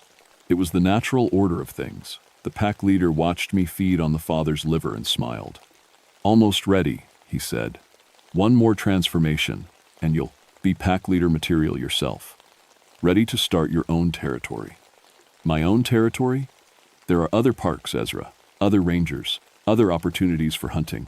You could spread this gift across the entire park system. Imagine dozens of ranger wolves protecting their territory from human interference. It was a beautiful vision, a world where predators ruled and prey knew their place, where the strong took what they wanted without apology or hesitation. I was ready to embrace it completely. But first, we had one more hunt to complete. The final hunt came when a family with young children entered our territory. The Hendersons, Tom and Sarah with their twin daughters, maybe 6 years old. They'd hiked in from the Eastern Trail, planning to spend 3 days camping near Cataract Falls. Perfect prey, isolated, vulnerable, trusting. The pack leader wanted me to prove my commitment by leading the hunt personally. "Show us you fully embraced your reef. Nature," he said as we tracked them to their campsite. "Kill the adults yourself. The children can feed the pack." I crouched in the brush, watching the family set up camp. Tom Henderson was teaching his daughters how to tie proper knots. Sarah was unpacking food and laughing at something one of the girls had said.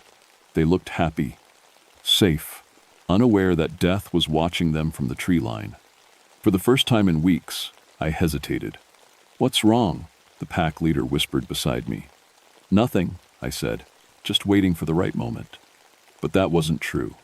Looking at those little girls, I felt something stirring deep inside me. A memory of who I used to be, or who I thought I used to be. The part of me that had chosen to become a park ranger, to protect people, not hunt them. "The children are afraid," one of the wolves said in my mind. I could hear them all now, their thoughts mixing with mine during hunts. "They sense us watching. Fear makes the meat tender. The pack was getting restless. 7 massive predators circling the campsite, waiting for my signal to attack. But I couldn't give it. Something was wrong. Not just with the situation, but with everything. The memories the pack leader had shown me, Vietnam, the murders, my true nature. They felt real, but they also felt foreign. Like someone else's experiences grafted onto my mind. I thought about my real memories, the ones that felt authentically mine. 16 years of mountain rescue operations. Pulling hikers out of ravines, treating snake bites, helping lost children find their parents. Those memories had weight, consistency, emotional truth. The Vietnam memories felt like a movie I'd seen but not lived. Now, Ezra, the pack leader hissed. Strike now while they're separated. Tom Henderson had wandered away from the campsite to gather firewood. Perfect time to take him down quietly. But instead of attacking, I found myself stepping into the clearing with my hands raised. Mr. Henderson, I called out. Park Ranger Ezra Holloway, I need to speak with you urgently. The pack leader snarled behind me, but I ignored him. Tom Henderson looked up from the wood he'd been collecting. Is there a problem, Ranger? Yes, sir. We've had reports of aggressive wildlife in this area. Large predators hunting in groups. I need to escort you and your family out immediately. Sarah Henderson emerged from their tent. What kind of predators? Wolves, I said, not taking my eyes off the tree line. I could see yellow eyes glowing in the shadows, hear growls of anger as the pack realized what I was doing. Unusually large and aggressive, they've killed several people in the past few weeks. The pack leader stepped into view then, still wearing his human disguise. Don't listen to him, he said calmly. Ranger Holloway has been suffering from head trauma, hallucinations, paranoid episodes. We've been looking for him for days. Tom Henderson looked confused. Who are you? Dr. William Marsh, psychiatric specialist with the Park Service. We've been tracking Ranger Holloway since he disappeared 3 weeks ago. He's been living in the wilderness, talking to imaginary wolves. It was a perfect cover story. Reasonable, believable, designed to make me look crazy if I tried to explain the truth. But I had one advantage the pack leader didn't know about. I'd been keeping a second journal, hidden in my boot. Real observations, written during brief moments of clarity when the wolf influence wasn't overwhelming my mind. Notes about the pack's behavior, their weaknesses, their fears.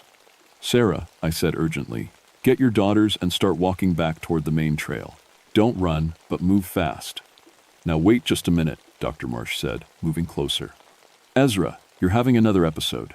Why don't you sit down and let me help you? I pulled out my rifle and aimed it at his chest. Because you're not human. Tom Henderson stepped between us. Ranger, please, you're scaring my children. Good, I said. They should be scared. Mr. Henderson, that man isn't a doctor. He's something else. Something that's been manipulating my mind for weeks, making me think I'm a killer. The pack leader smiled sadly. Ezra, we've been through this. You killed 7 people before we found you. The evidence is overwhelming. But now I remembered the truth. The real timeline, not the false memories he'd implanted. I'd come out here to investigate murders, not commit them. The killer had been manipulating my mind from the first day, using my head injury against me, making me lose time and believe I'd done things I hadn't done. The bodies, I said. Where are the bodies of the people I supposedly killed? For just a moment, the pack leader hesitated. Hidden throughout the territory, as you well know. Then show them to me. Show the Hendersons. Prove I'm the killer. Another hesitation. Because he couldn't prove it. The bodies existed, but I hadn't killed them. The pack had been hunting humans long before I arrived, and they'd used my presence to cover their tracks. That's when the real wolves emerged from the forest. 7 massive creatures, walking upright like men, but clearly not human. Their yellow eyes gleamed with intelligence and hunger. Sarah Henderson screamed and grabbed her daughters. Run! I shouted. Back to the trail, don't stop. The family ran, and the pack leader dropped his human disguise. His body stretched and changed, becoming something between man and wolf. Larger than either, with claws like knives and teeth like broken glass. You could have been pack leader, he snarled. Could have ruled your own territory. Instead, you choose to die protecting prey. The pack circled me, 7 nightmares moving with inhuman speed. But I'd learned a few things during my weeks with them. I knew their weaknesses. I pulled a flare from my pack and fired it into the dry leaves at my feet. The forest floor erupted in flames, creating a ring of fire around me. Wolves fear fire above everything else, even supernatural wolves. They backed away, snarling. "Silver," I called out to the pack leader. "That's why you never let me see you transform completely. Silver hurts you."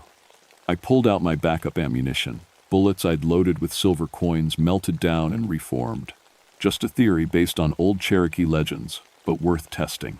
The pack leader laughed. "Silver is a myth, Ezra. We're not werewolves. We're something much older."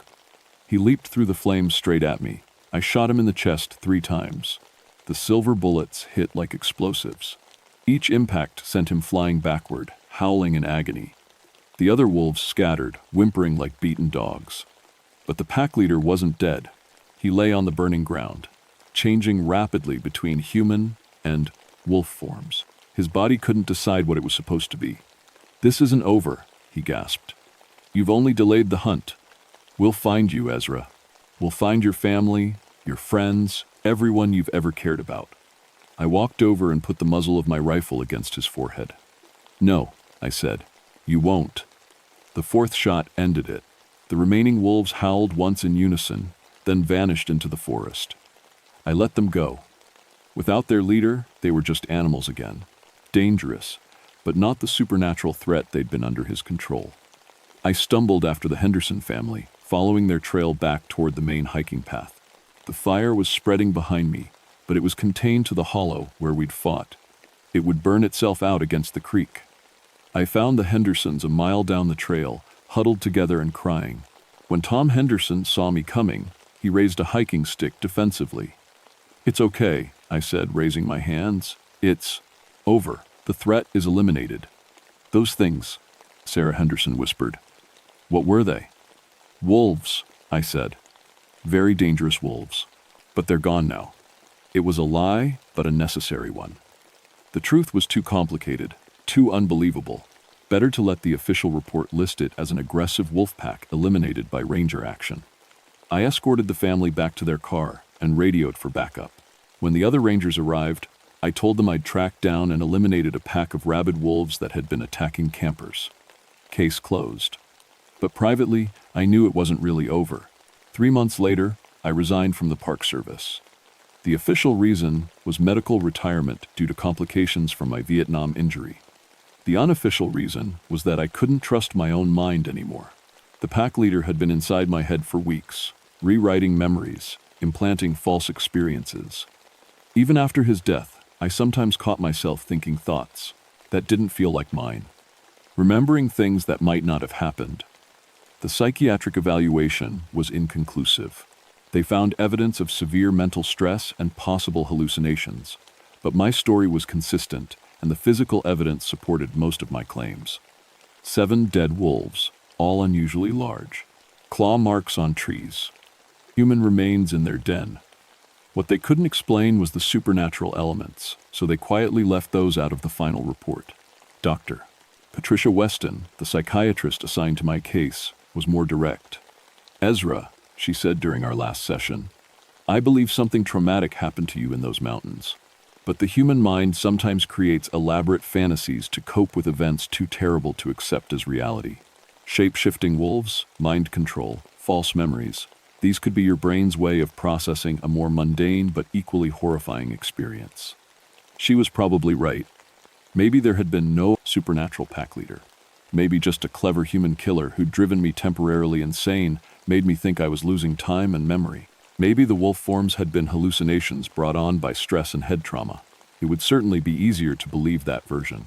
But 2 weeks after my retirement, I got a phone call from a ranger in Yellowstone. "Ezra, this is Mike Brennan, up in Wyoming. I heard you dealt with some unusual wolf activity down in Tennessee." "Something like that," I said. "We've got a situation up here. 7 hikers killed in the past month, bodies found in impossible locations. And there's a new ranger on staff, transferred in from another park. Guy named William Marsh. Claims he knew you." My blood went cold. "Tall guy, pale eyes, speaks very softly?"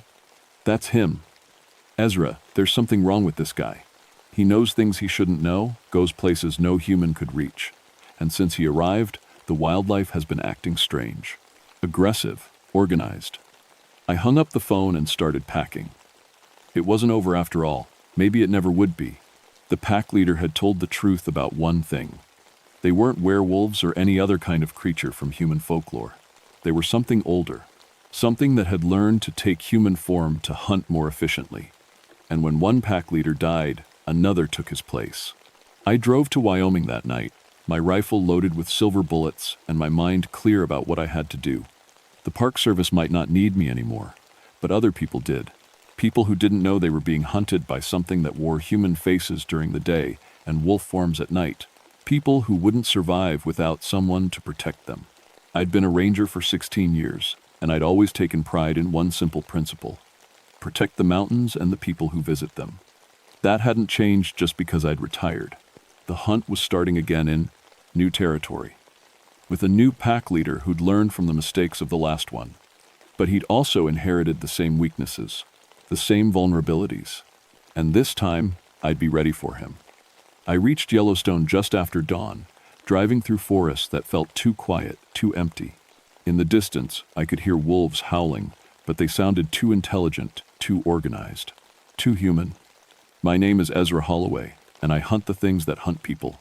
The war in the mountains never really ends. It just moves from battlefield to battlefield, predator to predator, ranger to ranger. But someone has to fight it. Someone has to stand between the monsters and the innocent families who just want to see a waterfall or sleep under the stars. I parked my truck at the ranger station and checked my rifle one more time. Then I walked into the forest to find William Marsh and end this hunt once and for all.